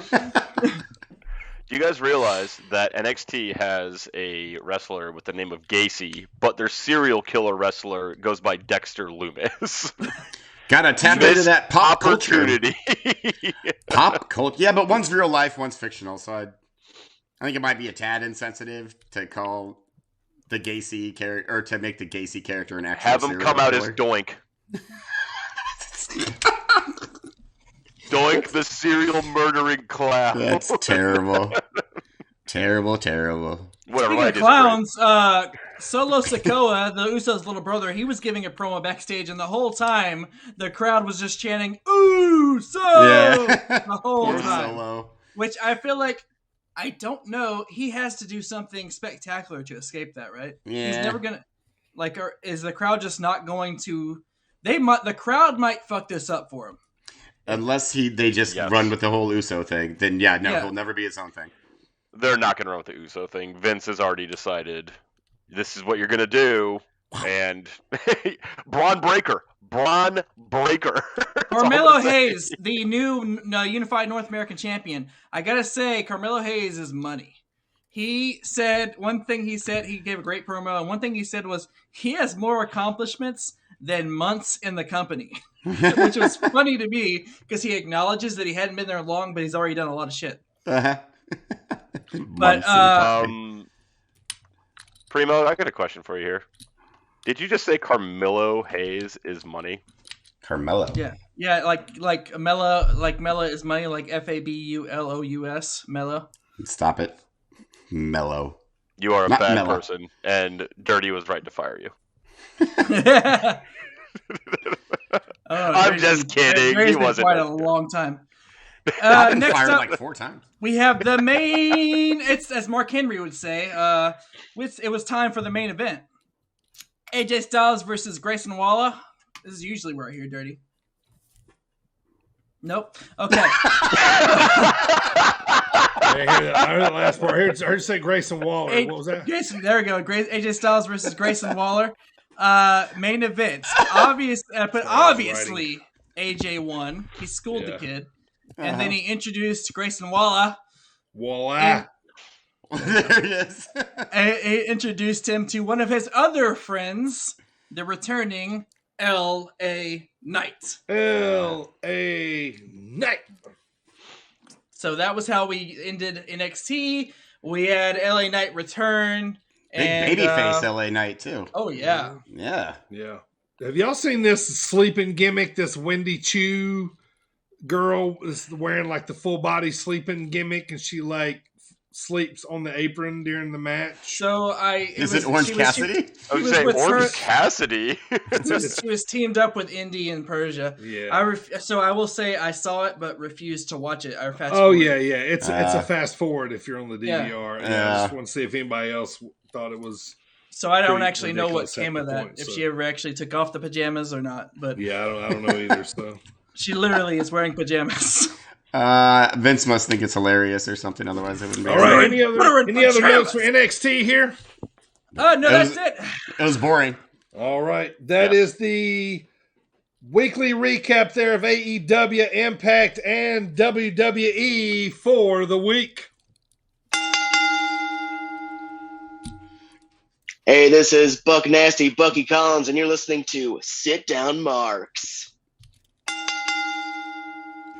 Well, thank you there, Mr. Zawa Champion Bucky. I appreciate it. So, Mr. Zawa. That must mean it's time to kick off our Dropkick discussion of the week. As you know, we've been doing the Royal Rumbles here in January. This is the second one up. This one tonight, we're going to review the 2001 WWF, actually, Royal Rumble. This one it was in New Orleans, Louisiana, at the Smoothie King Center. January 21st, 2001. All right, guys. Like we had said, about it was like a pot of jambalaya. Pada jambalaya. We had about 17,000 people in attendance, every man for himself. Only one victor was the tagline. Estimated about 650,000 pay-per-view buys. Now, the winner received a match for the WWF title at WrestleMania 17, which was coming up in April, right after this Rumble in January. This was actually the 14th Royal Rumble. Kurt Angle was your champion at the time. Jericho won the Intercontinental title earlier that night. In a great match. Great match. Absolutely great match. Ross, Jim Ross and Lawler were the commentators, which I loved. It always brings me back nostalgia-wise. So we're coming hot off the Attitude Era in the 90s, 2001, Rock, Stone Cold, Taker, everybody's still just as hot as they was. Rock had won the Royal Rumble in the year 2000. So, all right, guys, before we get started here in entrant number one, just, notes coming up here. Like I said, I always loved hearing JR and Lawler, talk. It was just complete nostalgia. This was a really good pay-per-view, but notes coming up here to start. Real quick, I'd said, number one, I want to say that the intro of our show today, I purposely put that in there for you, AJ, because you've been wanting me to put us to talk about for so long. Kane's big red nipple. Kane's big red nipple. So, but back to the Rumble here. The intro video, WWF knew how to do intro videos. Yep, they're the best. The intro video for the Rumble had me so hyped to watch it. By the time they finally got to it, I was ready to go. And then I just said, what an all-star class of participants that they had. Yeah. Awesome. You guys got anything here before we get started? Just that it's my favorite promo by The Rock, because he says Kane's big red nipple. But even then, it was like I could not wait for The Rock and Stone Cold to actually face off. I was trying to pretend like I had never seen it before. I didn't know the outcome. Sure. Yeah. So that's what I was going like me pretending. I was like, I can't wait to see if Stone Cold and The Rock have a little showdown and stuff. It was here.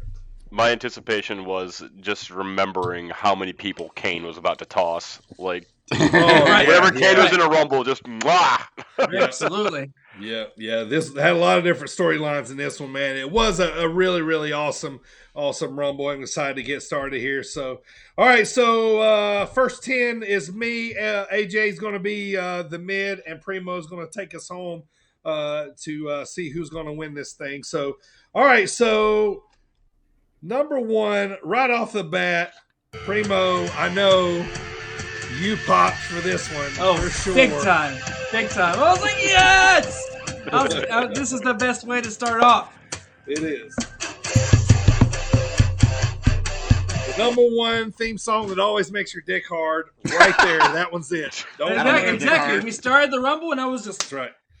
All right, so we get started here. Next out was Bull Buchanan, who was a member of Right to Censor.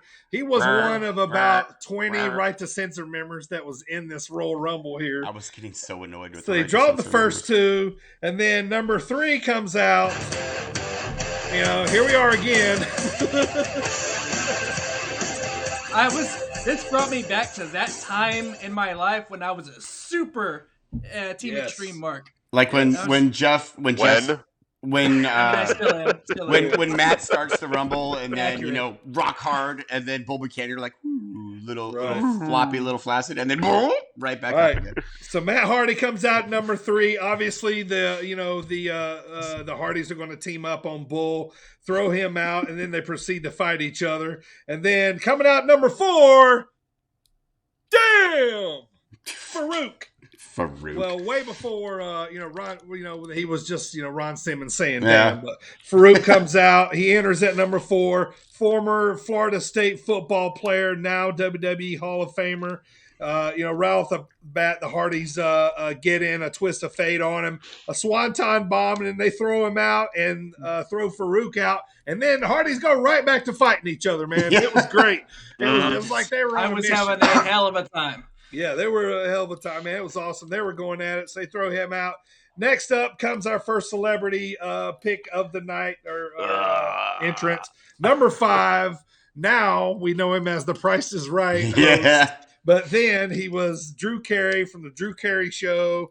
What's the comedy Whose Line Is show? It Anyway? Whose Line Is It Anyway? Yep. So he comes out, he's waiting outside the ring, just kind of watching the Hardys fight each other. And then he gets into the ring. And then about that time, the Hardys are climbing on top of the corner post each other like they're going to do some kind of crazy flip job. And Matt falls off and Jeff falls off right behind him. So they eliminate themselves after having a really hot start there. And then, so they both fall out and eliminate each other while Drew stands alone in the ring all by himself before number 6 comes out. Guys, what do you got here for the first 5? Primo. So, I said, Hardy Boys right out the gate at 1 and 3 is amazing. I loved when they started going on one-on-one, brother versus brother. It was super cool. You could tell they were just like, all right, let's have fun. We're at that point in their career, too. They were like, fuck, we're here, right? Uh-huh. So they're having a great time.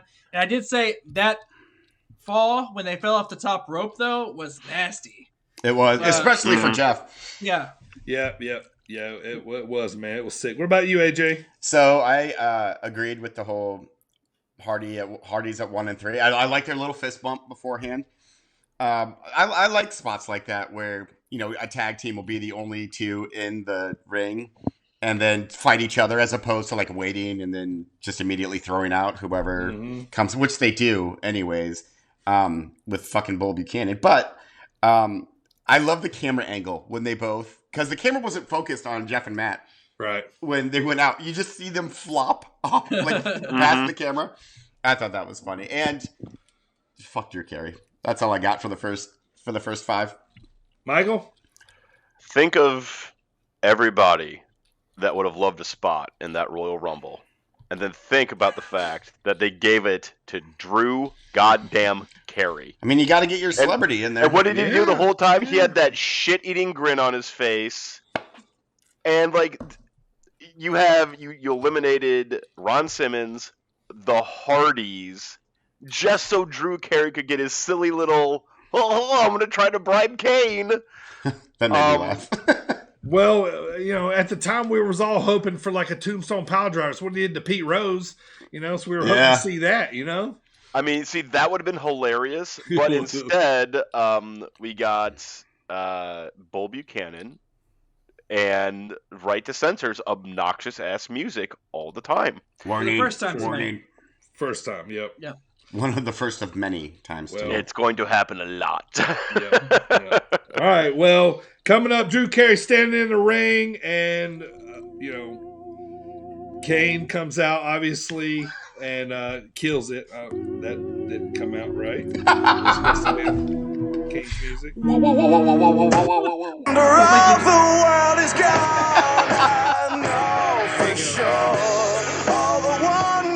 All right, so Kane comes out at number 6. Hellfire and Brimstone. By God, it's Kane. Drew looks. By God, it's Kane. It's Kane. Kane is fucking jacked to the gills. Oh my God. Oh Jesus. Huge.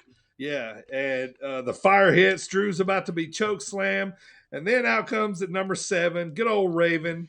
He comes out and hits Kane with a kendo stick. Drew, takes advantage of the situation and eliminates himself. Jumps outside the ring. So now it's a hardcore rumble. We got trash cans, lids, kendo sticks, all that kind of good shit. And then Raven is doing all this kind of shit. And then all of a sudden, Al Snow shows up. Yeah. And he's technically the 8th entrant, but he just comes out early. So he just comes out and starts banging away on Raven. So banging away on Raven. Funny spot that I seen during this was Al Snow rolled like a bowling ball in between Raven's legs while he was sitting in the corner. I was like, okay. You. So the silliness has ensued, and So Raven and Al Snow continue to try to double team Kane. And then number 9, Perry Saturn comes out with a very good looking Terry Runnels here. Yeah. And he begins to attack Kane. He said something like, "What is she not wearing? What does she look like she's not wearing? Yeah. That's a bit nipply in here." So he comes out, old pervy King attacks Kane. Then number 10 is a guy that gets referenced on this podcast a lot, Mr. Steve Blackman. He comes out, Lethal Weapon, uses his martial arts skills on everybody, blasting dudes in the face with trash can lids. So basically, here is where the Rumble gets fun right after number 11 starts coming out right here when AJ takes over. But yeah, pretty fun start here, but what do you guys have here for these next 5 that came out? So a couple things. I said, this is, for me personally, this is my favorite Kane outfit. Yeah, absolutely. Yeah. And I said I love that Kane has always been the celebrity killer. every time. Me too. And then I just put also that this was before they cared about shots to the head. Absolutely, it was. The Jericho Benoit match is pretty evident. Yeah. Oh yeah. They just beat the shit out of each other. I mean, Kane cared about shots to the head because he put his hands up for fucking everything. Oh, he does the Taker nope. There was one time, the one shot. First of all, when Al Snow rolls the bowling ball, I don't care, even if it hit the inside of Raven's thigh. Nope. Al Snow still rolled it pretty hard. That hurt. And he then used both hands. He goes to hit Kane one time, and you could hear his fist hitting Kane's mask. Yeah. Al Snow was not a light worker, from what I understand. Just none of those guys were in the ring. Oh, Raven maybe. I did like the little hardcore plunder kind of section of the Rumble. I really liked again Steve Blackman with his little ninja sticks or whatever those fucking things are called. But for the most part, I was like, okay, this is the hardcore portion of the Rumble, and then I kind of tuned out a little bit. Not tuned out, but yeah, I didn't take many notes. Is the Told you. There it is. There it is. So sound like metal when metal just. It's normally playing a song over there. The only thing I had about this one was I would have loved to see Saturn just go right at Raven and continue their feud from WCW. I would have loved to see that. That would have been cool, yes. All right, so here we go at number 11. AJ takes over. Who comes out at number 11, AJ? One Grandmaster Sexay, whose name I despise saying. Too cool. I really liked Scotty 2 Hotty. I thought he was funny. Grandmaster Sexay, I always fucking hated. I mean, because you can call him Brian Christopher.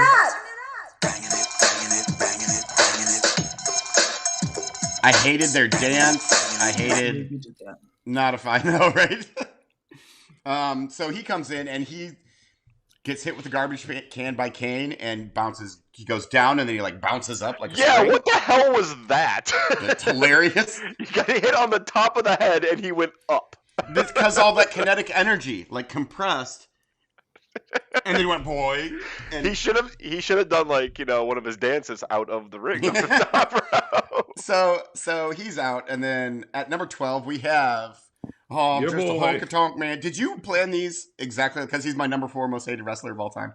No. So he Wait comes till out 28, 27. What? Wait for number 27, 28. Oh, no. So, number 12, but I will say Honky Tonk Man at this point has one of my favorite spots because, he does his whole shtick where he sings along with his music. Yeah. Kane steals his guitar, and right when the music cuts, Kane smashes him over the head with the guitar. And it was perfectly timed, and then he just fucks him right off. He's like, all right, you're out now. So then number 13, your first gigantic pop of the night, it's The Rock. Mm-hmm. Followed immediately by the Good Father. Sure. Good Father. I know. Another right to censor guy. Another one, yep. So we they were a faction back then, boy. Fuck God. However, he is immediately fucked off by The Rock, who spits. He does the old spit punch and then gets him out. So up next, we have Taz. Send Hook! He wishes that Hook was there instead of him because his music hits like. No, wait, that's the Shield. It's similar. It's to that. the same music. Like he gets in the ring. Kane walks him over to the other turnbuckle, puts him up, and is just like, and Taz like just flops over. Like, all right, that was an easy payday for Taz. He should have bushwhacker bumped off the camera, just like right off. Poor. So at this point, there's this guy in the crowd. I don't know if you guys saw him. He was wearing like a tie and a white shirt, and he like starts going nuts. Did you guys see him at all? I don't know if I did. Oh, I'm gonna have to rewatch this. It made me. Did you say the guy in the right to censor shirt? Yeah, in the crowd, like he had like the tie on and the white. Yeah, shirt. he was in the second row. I actually have a note about this, but yeah, go ahead. He goes nuts at this point. He's just like, yes, he's having a seizure. Yep. It was amazing. And then there was also a sign that's like, this is my note. Yeah, The Rock wants a piece of my pie. Oh yes, not that one. Yeah. I was like, that's not family friendly. It's a different time back then. So, all right, we'll stop at those 5. What do you guys got?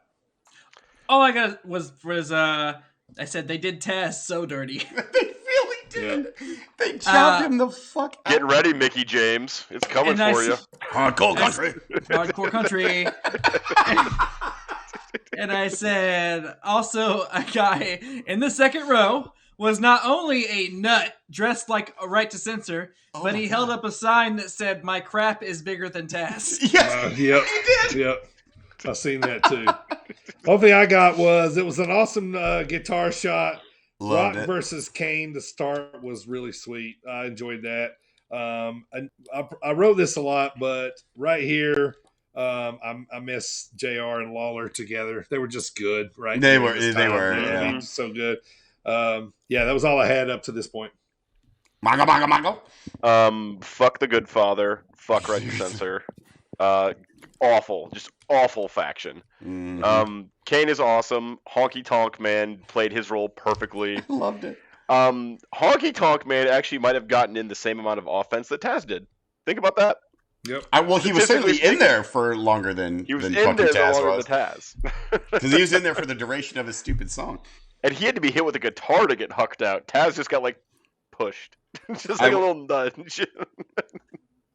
I will say, however, that Honky Tonk Man looks relatively the same as he did in like the late 80s, early 90s. So good for him. Definitely. So either he looked horrible back then, or he looked great today. He looked horrible back then. He just didn't. His horribleness didn't decline anymore. Like he didn't. So yeah. So he's just a Honky Tonk Man, AJ. At number 16, I'm a honky tonk man. we have.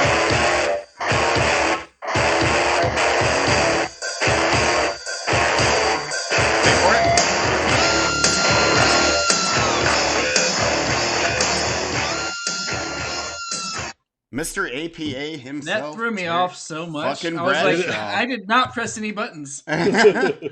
Bradshaw is number 16. He has the cuntiest clotheslines in the history of wrestling. It looks like he just wants to hurt people when he's delivering those clotheslines. They're vicious. They are nasty. They are vicious. So at 17 we have Albert, who I've always been indifferent towards Albert. Didn't like him, didn't hate him. I was like, yeah, whatever. There's Albert. He does do a nice Albert bomb or whatever he called that thing on Bradshaw. So that was pretty cool. At number 18 we have Hardcore Holly. Fuck right off. You guys all know. How do you like me now? Not at all. I think you meant to say Sparky Plug. Sparky Plug. As he will always be known as. Hi there, I'm Sparky Plug. Fuck off. Fucking Hardcore Holly.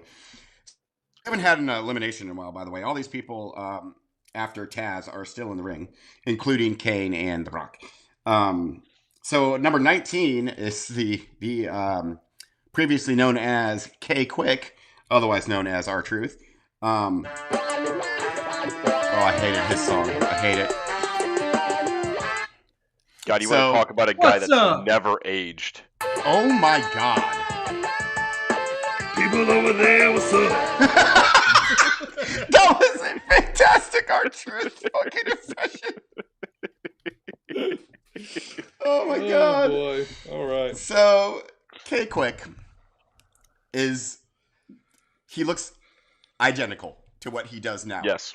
This He's thicker Rumble now. was He's just thicker. He's got more muscle. Yes, but this Rumble was 21 years ago. The man has not aged a single day. It is amazing. Also, it reminds me, like everyone always forgets how awesome R-Truth actually is in the ring. He's like the most athletic person ever, but he's so fucking funny that's what they make him do. They're like, you go do funny things. And he's like, all right, I'll do that. I know. So then at number 20, before I throw it over to you guys. Hello, ladies.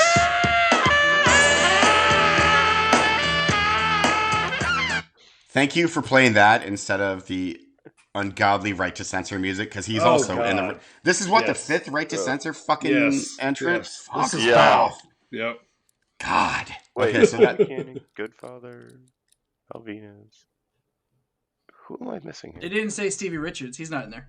No. Ivory was in there for a little while, but she'd be women, obviously. But, yeah. So, I mean, we hear it like 5 times throughout the night. And that's number 20. And now I flip it over to you guys.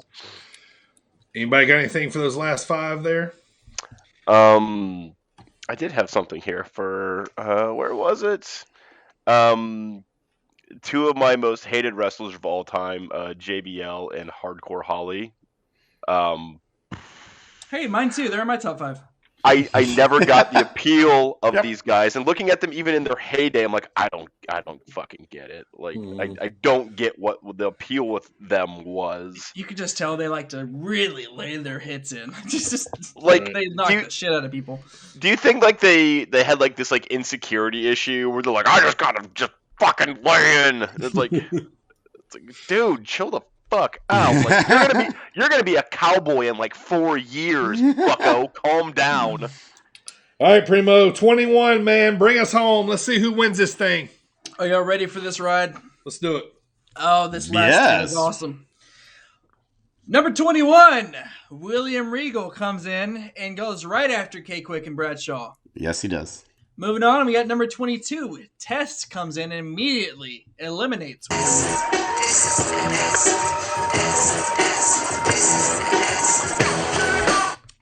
Fucking Test. And like I said, Test eliminates William Regal. Number 23. Well, it's the Big Show. Where?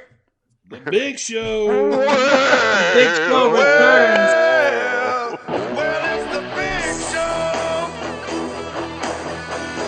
He returns off of his hiatus and eliminates Test and K-Quick. Then he hits everyone with a choke slam. And that's back then when he was doing the like a complete takedown choke slam. The awesome choke slam? Yeah. The best version of it. And then he gets eliminated by The Rock with the almighty powerful Rock Slap. Yes. Yeah. It was one of the quick ones. Spit, slap. Oh, you're out of the ring. Big Show. That's all it took. It was the move of the most devastating move in the match. Right. So then he throws a big tantrum and choke slams The Rock through the announcer table. But The Rock was not eliminated at this point because he was pulled under the ropes. Take note, Macho Man. Also, number 24, Crash Holly comes in, but it's overshadowed by the events that had just taken place by the Big Show and The Rock. That's 21 through 24. Do you guys have anything up to this point? I liked Big Show's belly top. Yeah, he was wearing like a crop top. Yeah, type of like thing. a belly top. And these shorts. Yeah, like his biker shorts and a belly top. How much steroids does Test do at this point? All of them. Like, if you had to give like a percentage of the steroids, like is like 80% in the world he does all of those? Like, he is a roidy dude. So for me, at number 21, I had Regal. I just said, man, it's just awesome to see Regal at being on the Rumble here after being released. I just like how when he got eliminated, they were like, he besmirched him. besmirched. Right, yeah. He was molested. All right, moving on to number 25. Oh, no. Wrong entrance. How dare you? Yes. I don't care. This was Limp Bizkit rolling as the American Badass. That was the lamest Undertaker. version anyway. Oh my! It was all awful. Of you know your role and shut your mouths. The American Badass Undertaker rolled out on his motorcycle. He comes in just in time to rescue little brother Kane, because at this point they were all doing the thing where all the wrestlers that are currently in the match gang up on the big guy. So they all had Kane up against the ropes. Undertaker comes in, Kane goes, bah! And then all the wrestlers get scattered. Then they proceed to then Undertaker and Kane eliminate everybody that was just in the ring. And The Rock is still laid out by the announcer table. And then they have, at this point, we have another brother versus brother situation. Brother. However, just in time, number 6 goes to the unfortunate soul of Scotty 2 Hotty. I loved it. 26 as he stares at his future because he has to get in the ring with the Brothers of Destruction. The look on his face was great. I know, and the little kind of tiptoe walk that he did. Yeah. He eats a double choke slam, then he gets eliminated. Still lasted longer than Taz. Oh, yeah. Still doing better than Taz. Number 27. Yep.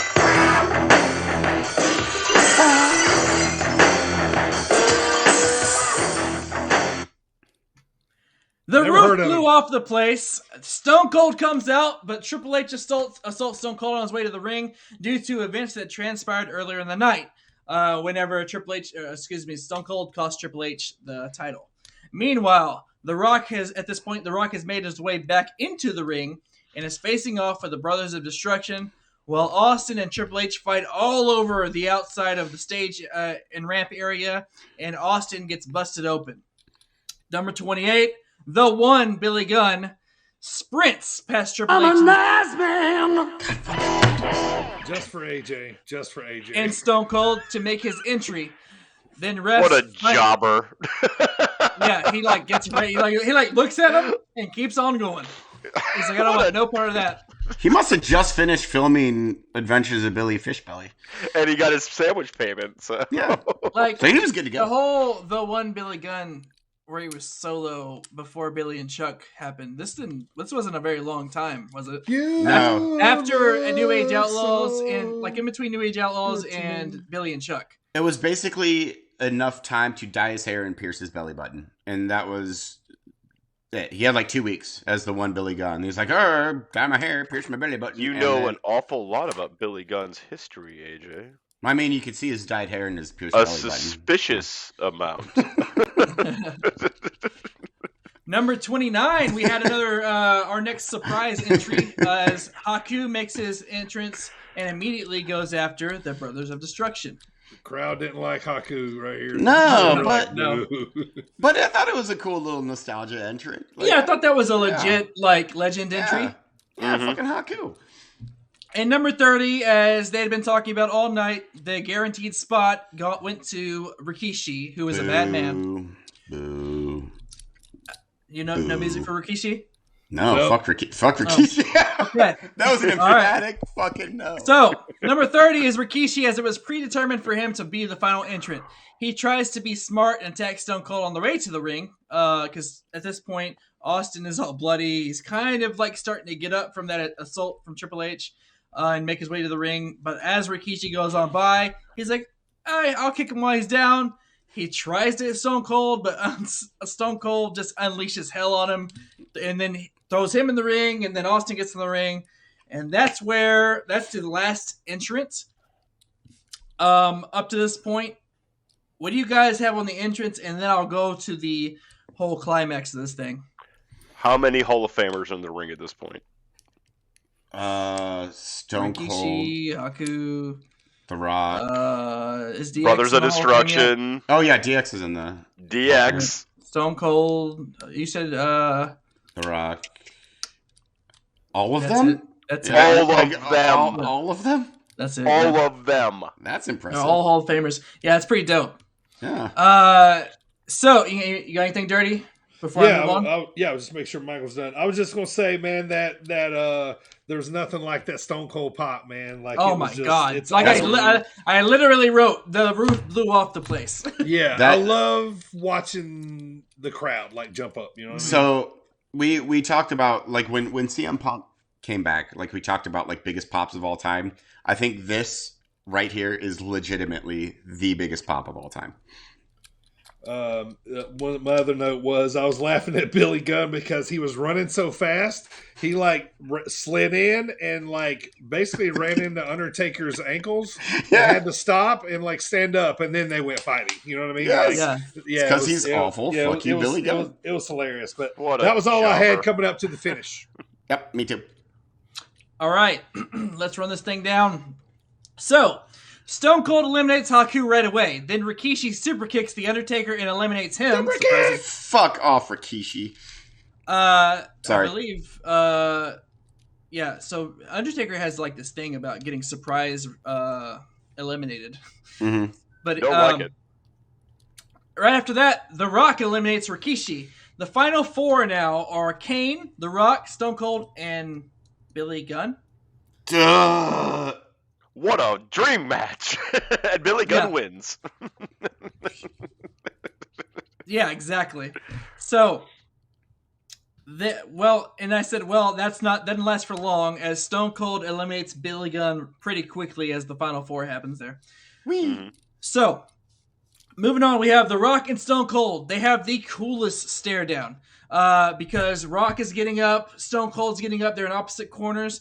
Stone Cold is one of the most intimidating bloody faces there is. Yeah, like he wears the mask well. Yes, he does. Dude looks psychotic. Austin hits a stunner on The Rock. His boots are untied. Kane intervenes. Lou Thez press. Rock bottom on Stone Cold. Kane gets thrown out between the ropes, but not over the top, leaving The Rock and Stone Cold alone for a few moments. Kane comes in while Rock is trying to eliminate Stone Cold and eliminates The Rock. Final two are Stone Cold and Kane. Kane lands a choke slam on the bloody rattlesnake. He signals it's the end, but Austin kicks him right in the balls. Kane grabs a chair, but doesn't get a chance to swing. Stunner! Then Austin grabs the chair and swings for the fences as he knocks the shit out of Kane with 3 chair shots and then clotheslines him over the ropes.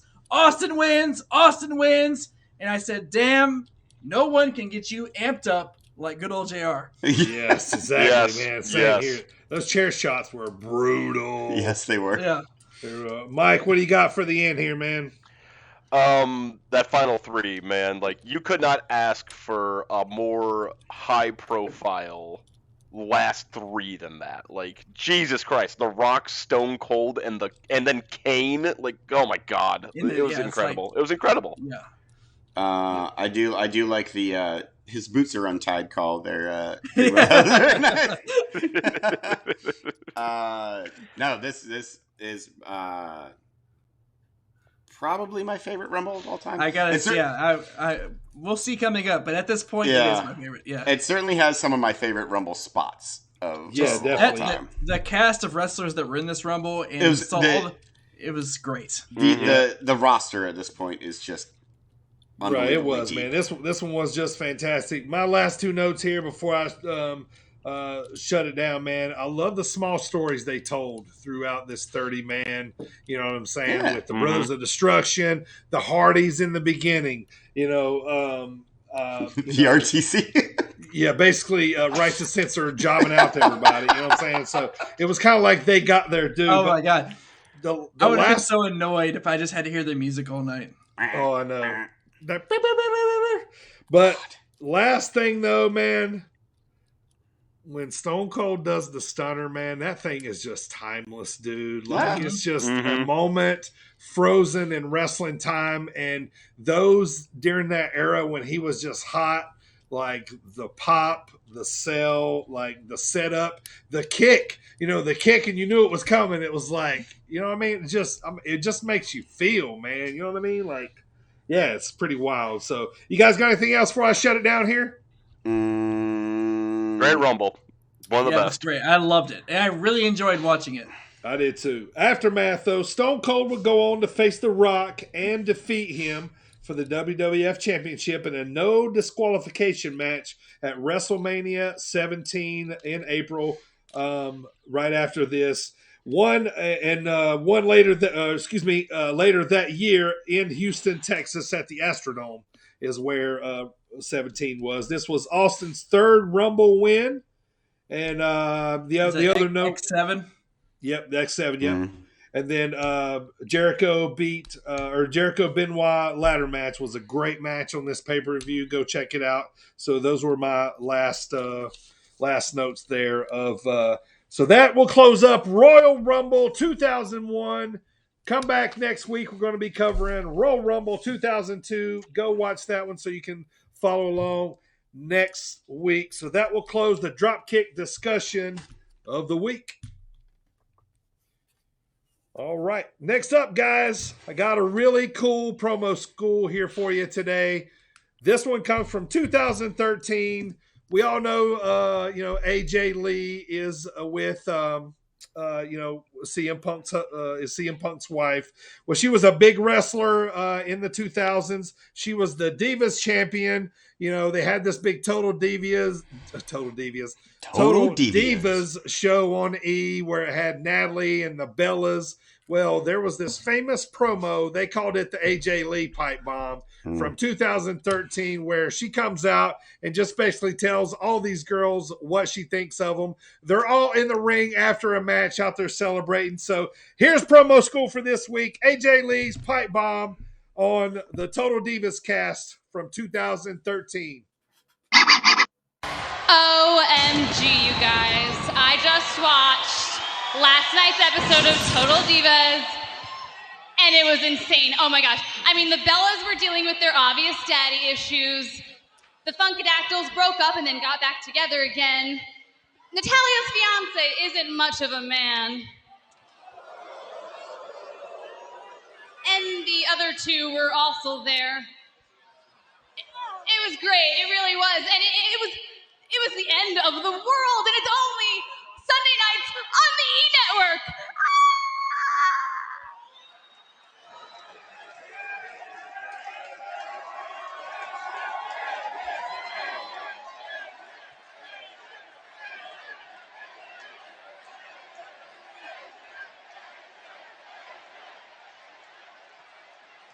Do you want to know what I see when I look in that ring? Honestly. A bunch of cheap, interchangeable, expendable, useless women. Women who have turned to reality television because they just weren't gifted enough to be actresses. And they just weren't talented enough to be champion.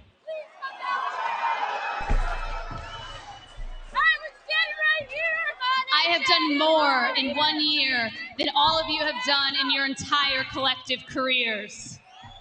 I have saved your Divas division. I have shattered glass ceilings. I have broken down doors. Why? So a bunch of ungrateful, stiff plastic mannequins can waltz on through without even as much as a thank you?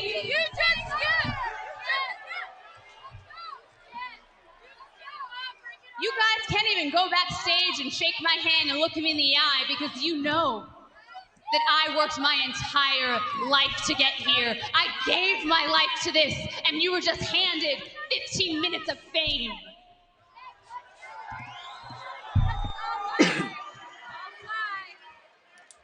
I didn't get here because I was cute, or because I came from some famous wrestling family, or because I sucked up to the right people.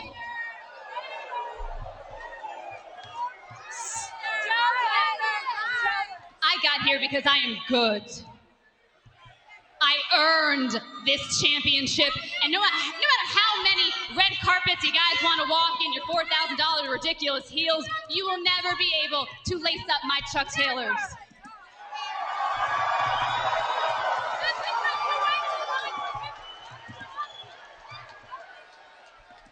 You are all worthless excuses for women, and you will never be able to touch me. And that is reality.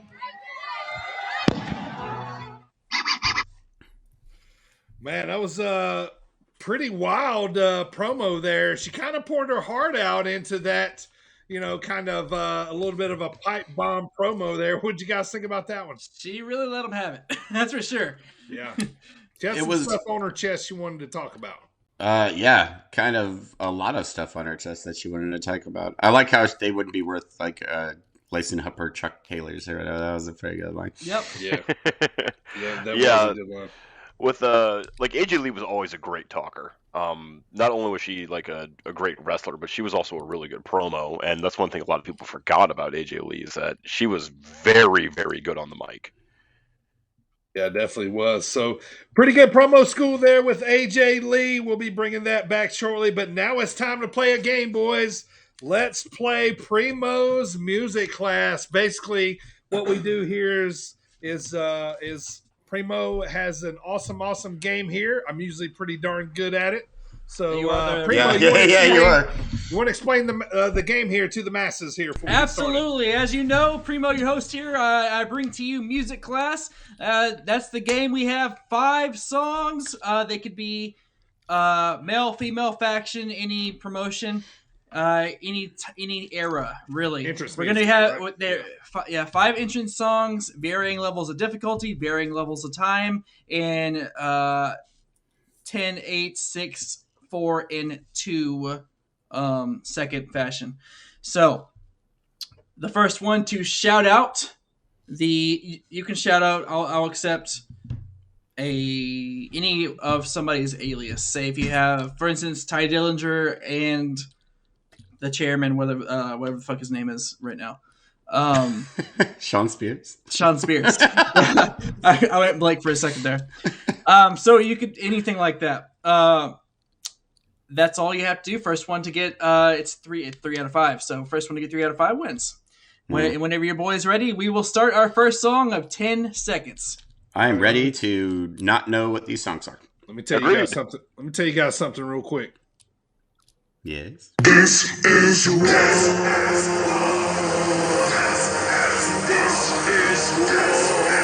Y'all are in my house. This is war. Oh. Bring it. Let's go. He's bringing it. He All right. built it himself out of logs. And all right, you ready? Your 10-second song entrance starts now.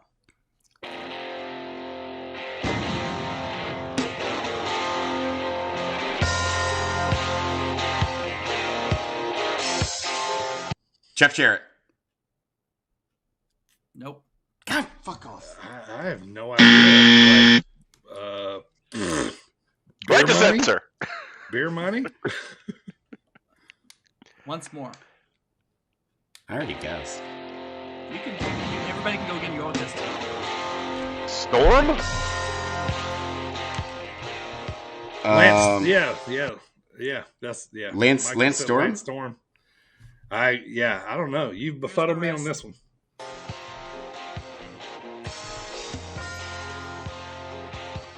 The answer is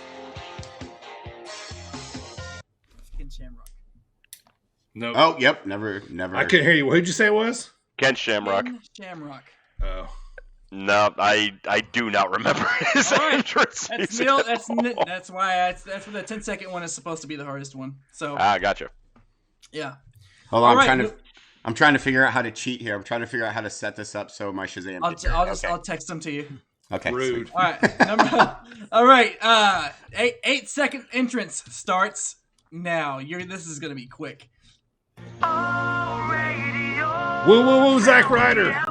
Dirty has it. I would have gotten that if you would give me one more second. That's right. That's 1 for the Dirty Bird. 6-second entrance starts. Oh, by the way, this does not count right now. This was my original 6-second one until Dirty played it earlier.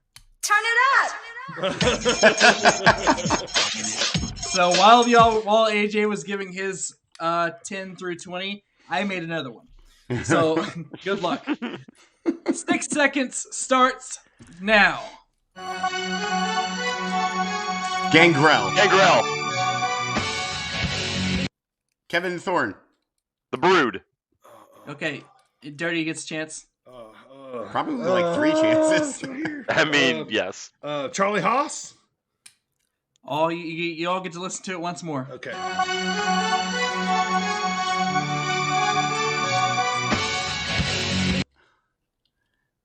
Hunter Hearst Helmsley. Right to censor. Damian Priest. That is Christian.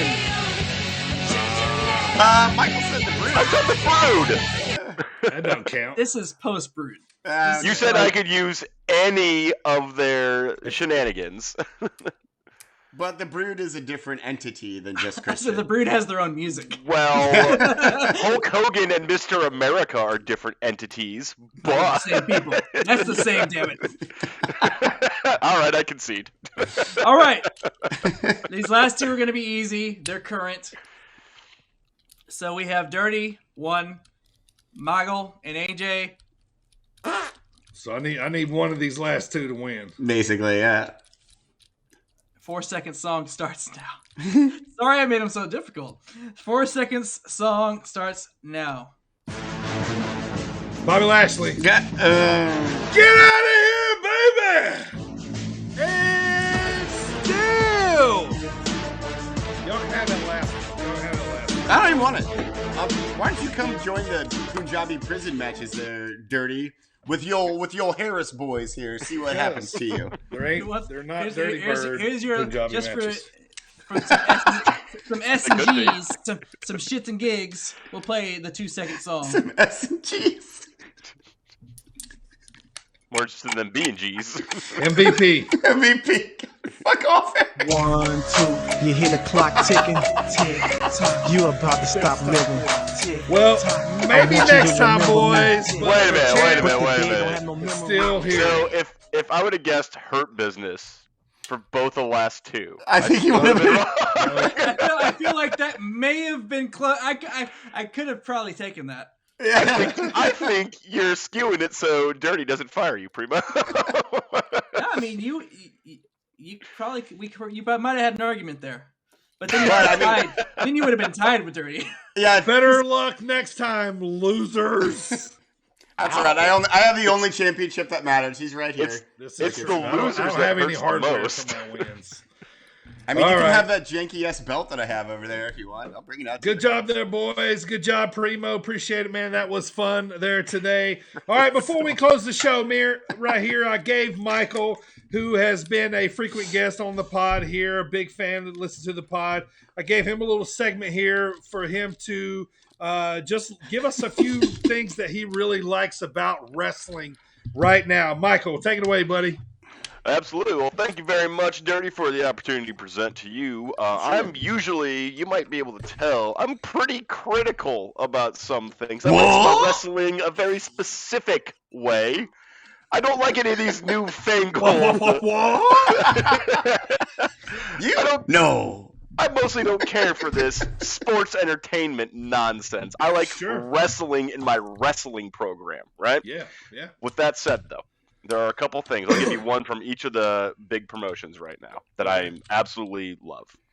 WWE, as we've discussed, and you gentlemen do every week, it's hard to find really good stuff in WWE anymore. We're talking main roster shit here. My favorite thing right now with WWE is Paul Heyman. Anything Paul Heyman's involved in is just gold. Fair. He is so good, and he brings up everyone around him. That, like, the whole show right now, the main event picture on both Raw and SmackDown is focused around Paul Heyman, a non-wrestler. He's that good. So, there's my main roster WWE pick. Is Paul Heyman is just so good at everything. He's just entertaining. He's the conduit, man. Yeah, exactly. Like, he's so good.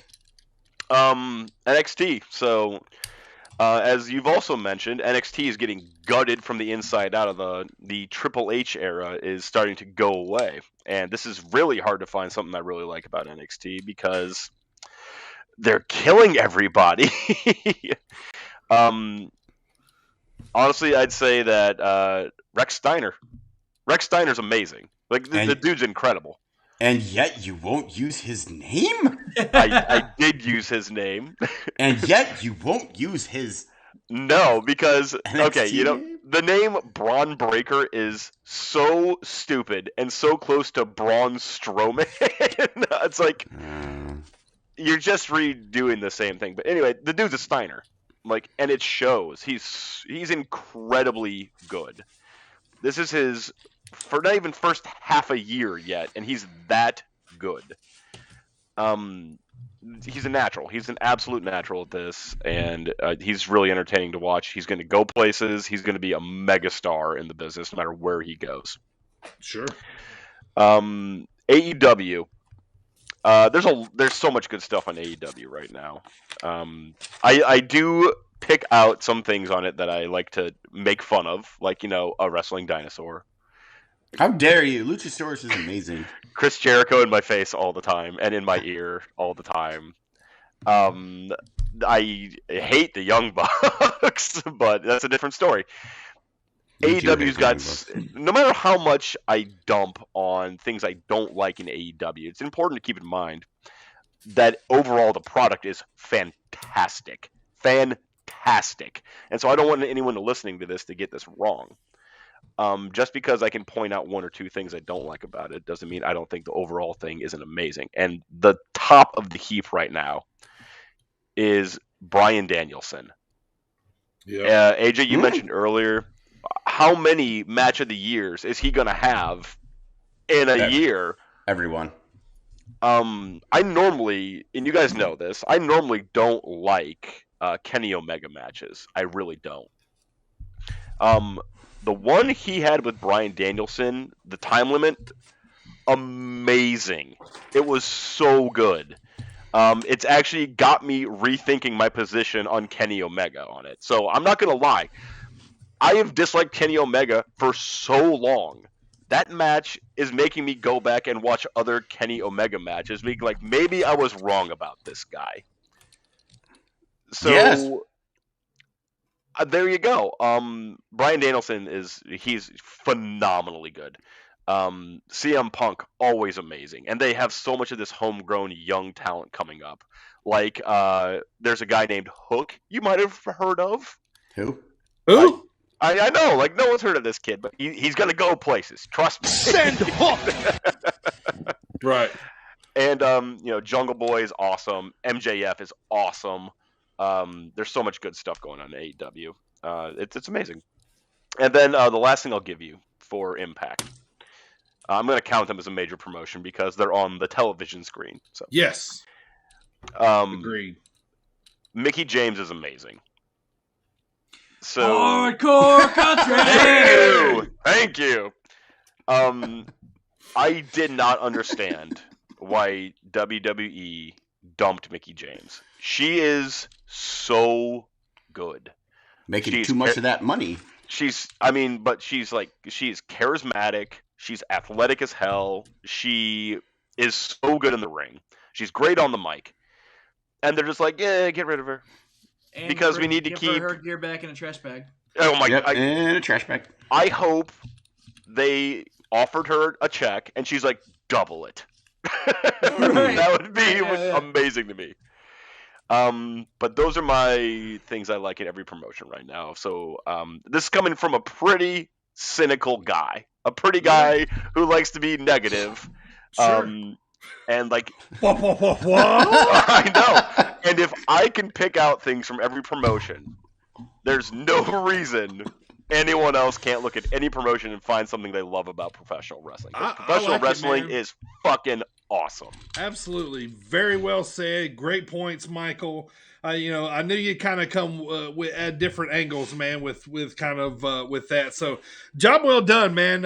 You know, I like to see, you know, like we said, you know, it's no, you know, shocker. You know, Michael can, you know, be a little negative sometimes on it. So, I wanted to see what Michael was really enjoying, what he likes the most, because I know Michael doesn't watch, you know, everything, but what you are watching, I want to know what you liked, you know, as a fan. So thank you for that, man. Job well done there. I like it. My pleasure. Thanks for the opportunity. So let's move on now. Let's get to closing the show. I want to thank Coastland and Jet Designs for sponsoring the podcast here today. Look up Jet Designs on Facebook for all your custom die-cast car needs, and also go to our social media. Hit that Coastland link. Get yourself some hat and shirts. AJ, tell the masses, where can you get that Sit Down Marks podcast each and every week, sir? You can get the Sit Down Marks in your ears at iHeartRadio, Spotify, Google Podcasts, Stitcher, TuneIn Radio, Apple Podcasts, Amazon Prime Music, Audible, and SportsWire Online Radio, 6:15 Eastern Standard Time before number one, Mr. Thomas Bryce. And also throughout the week, like Dirty said earlier, go and give us a nice, lovely review on any of those platforms, you nerds. And also you can catch us on YouTube every Wednesday night and throughout the week. Ta-da! All right, time to get crank back up these MMA picks. Coming into this week, AJ is settled at 24-26, so he's going to make picks here to try to get back on the plus side of things. AJ, I got 5 fights to pick here for you. If you're new to the pod, AJ just picks these guys based on their names. He knows nothing about MMA here, so let's get this thing picked here. Collier or Sherman? Sherman. Bontarian or Royval? Bontarian.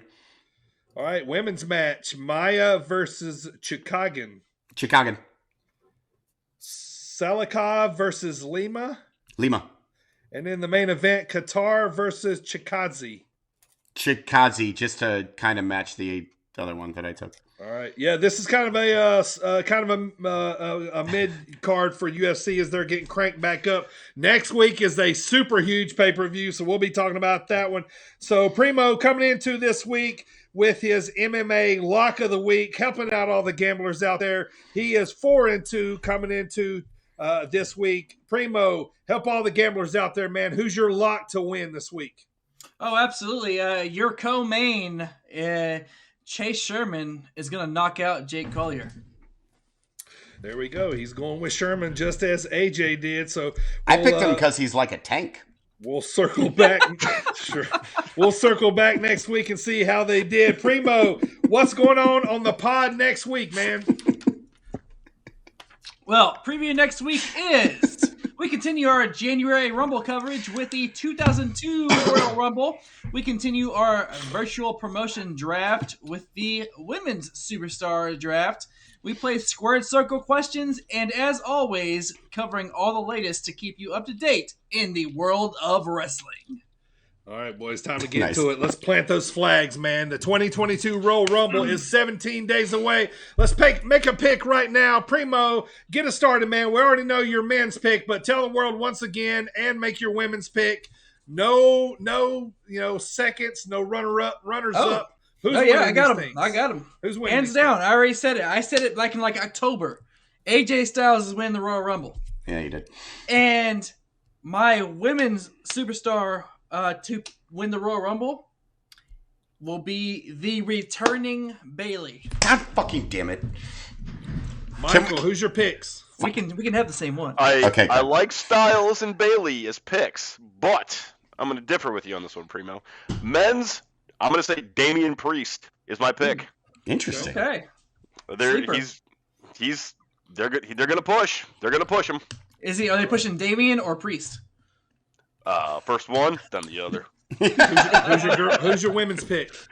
Women's pick. This is a hopeful because I want to see it happen. Rhea Ripley. Also interesting. I love Rhea Ripley. She's a superstar. AJ, who you got?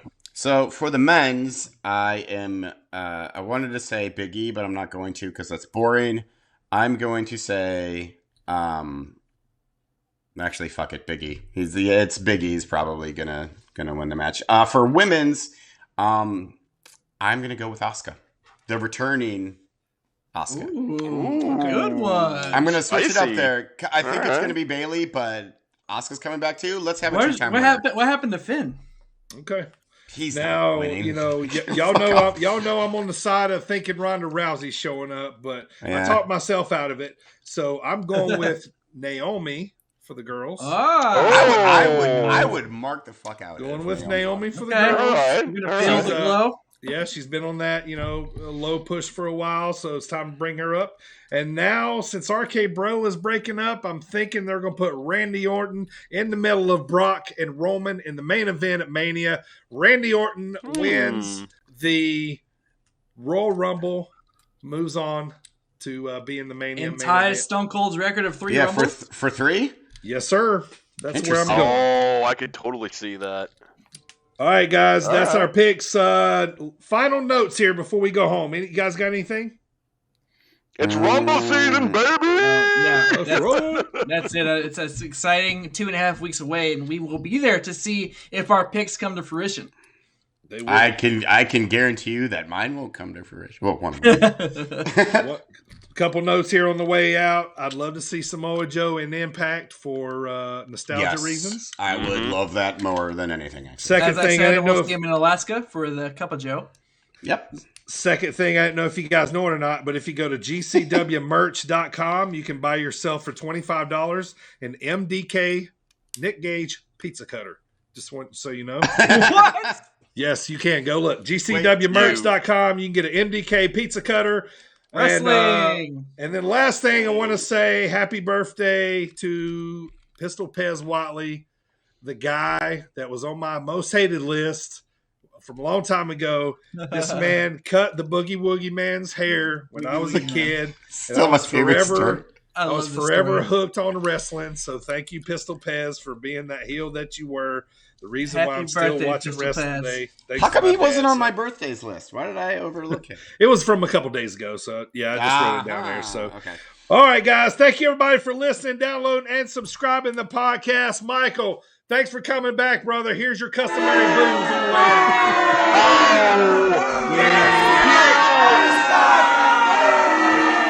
way. You marks don't know what you like. You marks like what I tell you to like. Thanks for coming back, Michael. We'll see you soon, brother. Thank you so much for being on the pod day. We appreciate your intelligence and wrestling knowledge as usual, man. Appreciate it. Always a pleasure to be here. Thanks for having me back, man. Absolutely, man. Anytime. All right. That's going to do it here. Thank you to my co-hosts, AJ and Primo. Appreciate it, guys. We'll see you guys next week. 2002 Rumble. Go watch it. AJ, take us home. Grab them cakes.